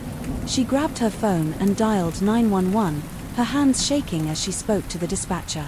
I sat there, my body trembling with adrenaline, as I waited for the police to arrive. It felt like an eternity, but eventually, I heard the sound of sirens in the distance. The police arrived quickly, their lights flashing as they pulled up to the house. I told them everything, the man, the house, the notebook. They listened carefully, their expressions grim. "We'll find him," one of the officers assured me. "You're safe now." But I didn't feel safe. Not yet. Not until I knew he was caught. The next few hours were a blur. The police searched the area, but they didn't find him. He had vanished into the night, leaving behind nothing but fear and questions. They took me to the station, where I gave a full statement and handed over the notebook. It was full of names, dates, and addresses, other real estate agents, just like me. He had been doing this for a long time, and I had been his latest target. In the days that followed, I couldn't shake the feeling of being watched. Every shadow, every sound, made me jump. I couldn't go back to work, not yet. I needed time to recover, to process what had happened. But I knew I couldn't let him win. I couldn't let fear control my life. So, I started taking self-defense classes. I learned how to protect myself, how to fight back. And I made a promise to myself, I wouldn't let him take anything else from me. The police never caught him. He was still out there, somewhere, waiting for his next victim. But I wasn't going to be that victim. I was stronger now, more prepared. And if he ever came after me again, I'd be ready. Now, whenever I show a house, I make sure to tell someone where I'm going. I carry pepper spray and a personal alarm. And I never, ever let my guard down. Because I know now that the world can be a dangerous place. But I also know that I'm stronger than I ever thought possible. And no matter what happens, I'll keep fighting. For myself, for my life, and for the lives of anyone else who might cross his path. Because sometimes, the only way to survive is to fight back. And I'm not going to stop fighting. Not now, not ever.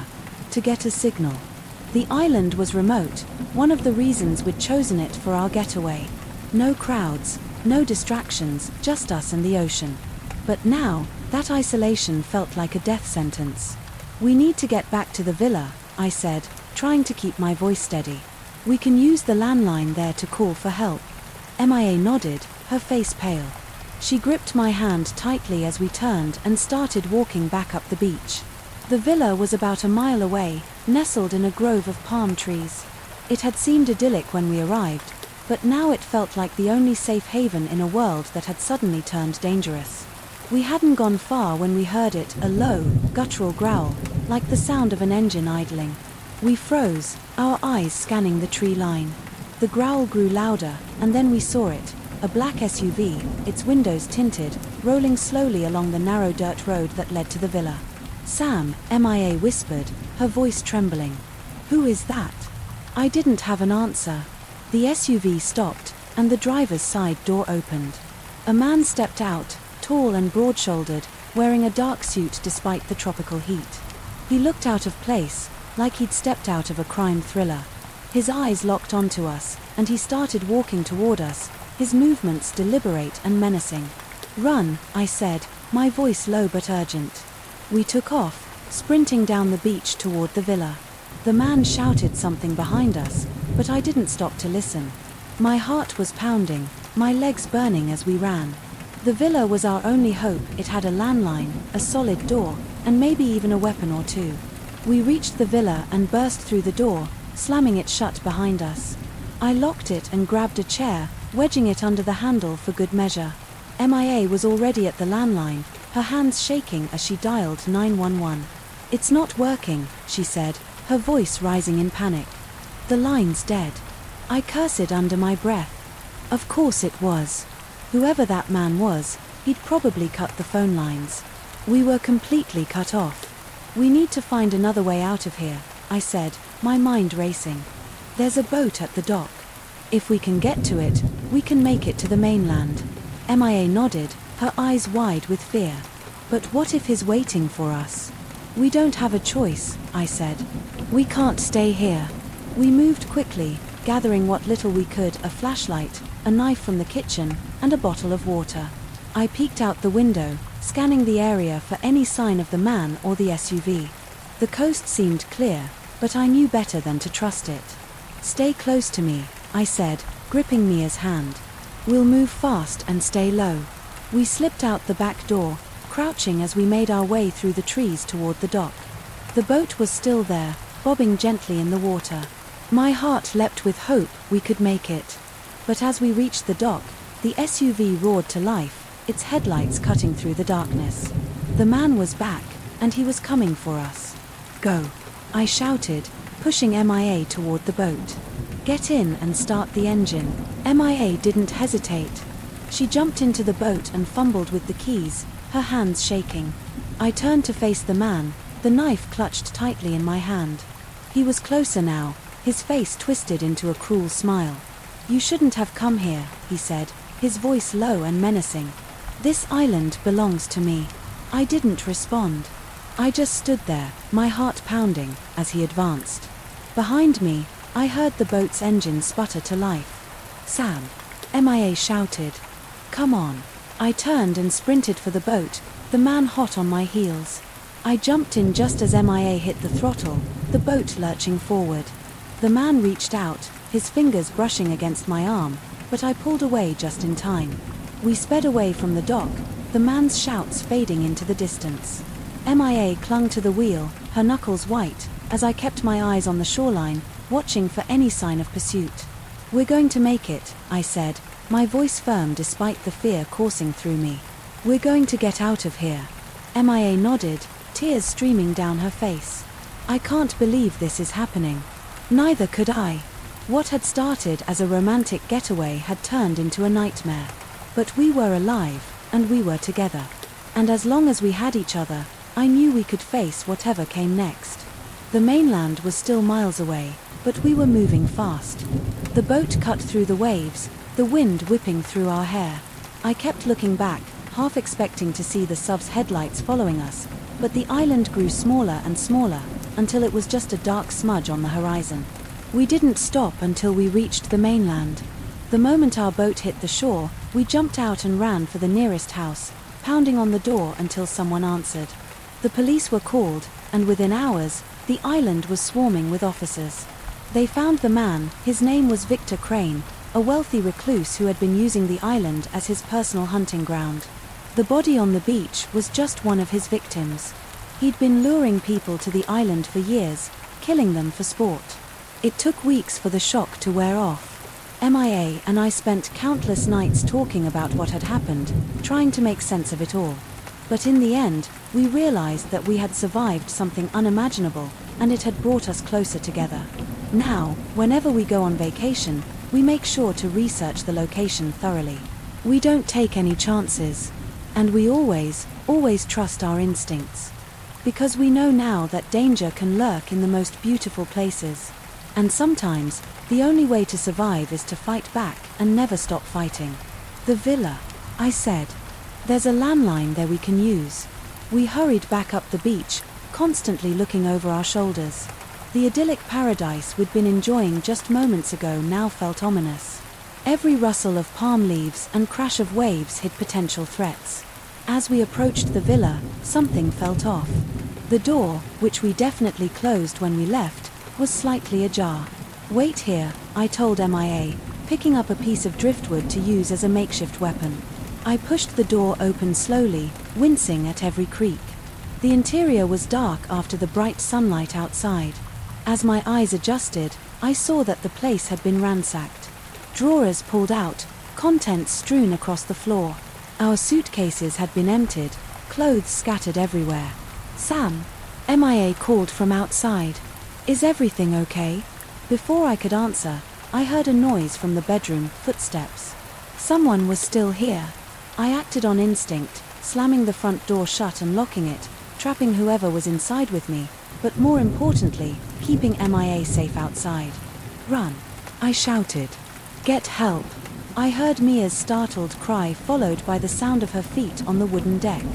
Then, a figure burst from the bedroom, tall and muscular, dressed in dark clothes. In his hand was a wicked-looking knife. For a moment, we just stared at each other, both surprised by the confrontation. Then he lunged. I swung my piece of driftwood, catching him on the arm. He grunted in pain but didn't slow down. The knife flashed in the dim light, and I felt a searing pain across my ribs as I barely managed to dodge.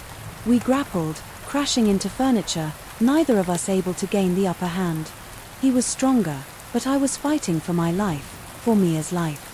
Adrenaline surged through me, dulling the pain from my wound. Somehow, I managed to knock the knife from his hand. It skittered across the floor, disappearing under a cabinet. He roared in frustration, his hands closing around my throat. Black spots danced in my vision as I struggled for air.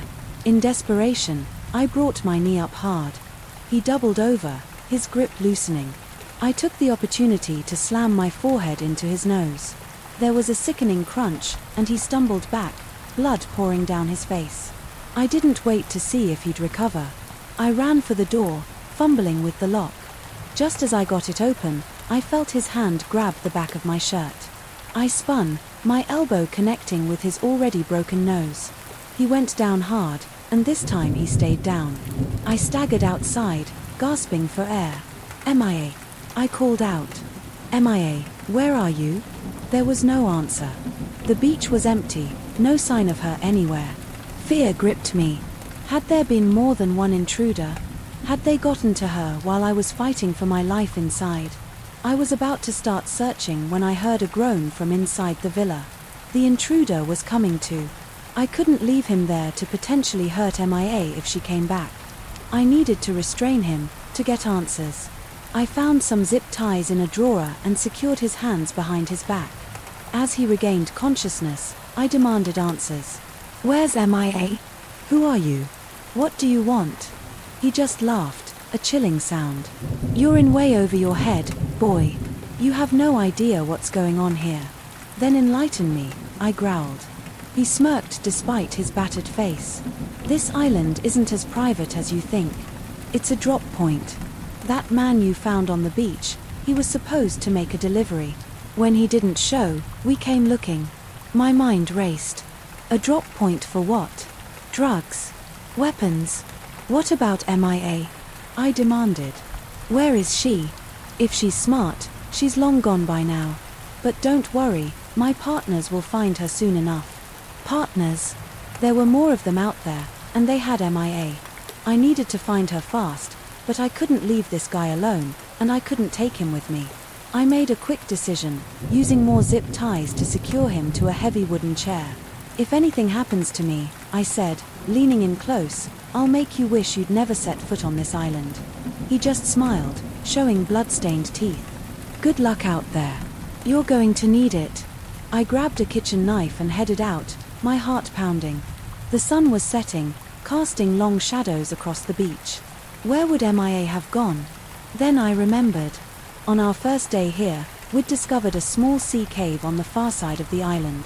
We joked about using it as a hideout if pirates ever attacked. It wasn't funny anymore. I made my way along the beach, staying close to the tree line for cover. Every snapping twig, every rustle of leaves made me jump. I was painfully aware of how exposed I was. As I neared the cave, I heard voices, men's voices, rough and angry, and then, blessedly, Mia's voice. She was alive. I crept closer, trying to get a better look. Two men, both armed, stood at the mouth of the cave. MIA was inside, her hands tied behind her back. "Just tell us where it is," one of the men was saying. "Your boyfriend must have found it when he searched the body." "I don't know what you're talking about," MIA sobbed. "Please, just let us go." I had to do something, but what? I was outnumbered and outgunned. Then I remembered the flare gun from the villa's emergency kit.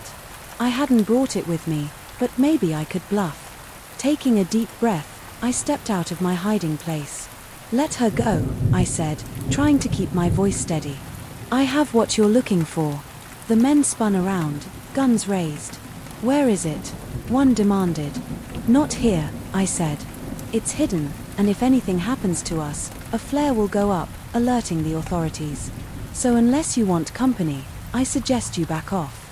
For a tense moment, no one moved. Then, slowly, the men lowered their weapons. "Smart move," the one who seemed to be in charge said. "Now, where's the package?" I gestured vaguely towards the villa. "I'll take you there, but first, let MIA go." He nodded to his partner, who untied MIA. She ran to me, throwing her arms around me. I could feel her trembling. It's okay," I whispered. "We're going to be okay." What happened next was a blur. As we walked back towards the villa, I managed to whisper to MIA about the flare gun. When we got close, I pretended to trip, using the distraction to grab a handful of sand. I threw it in the men's eyes, yelling at MIA to run. We sprinted for the villa, bullets whizzing past us. We barely made it inside, slamming the door shut behind us. The man I'd tied up earlier looked up in surprise. "The flare gun," I gasped to MIA. "In the emergency kit."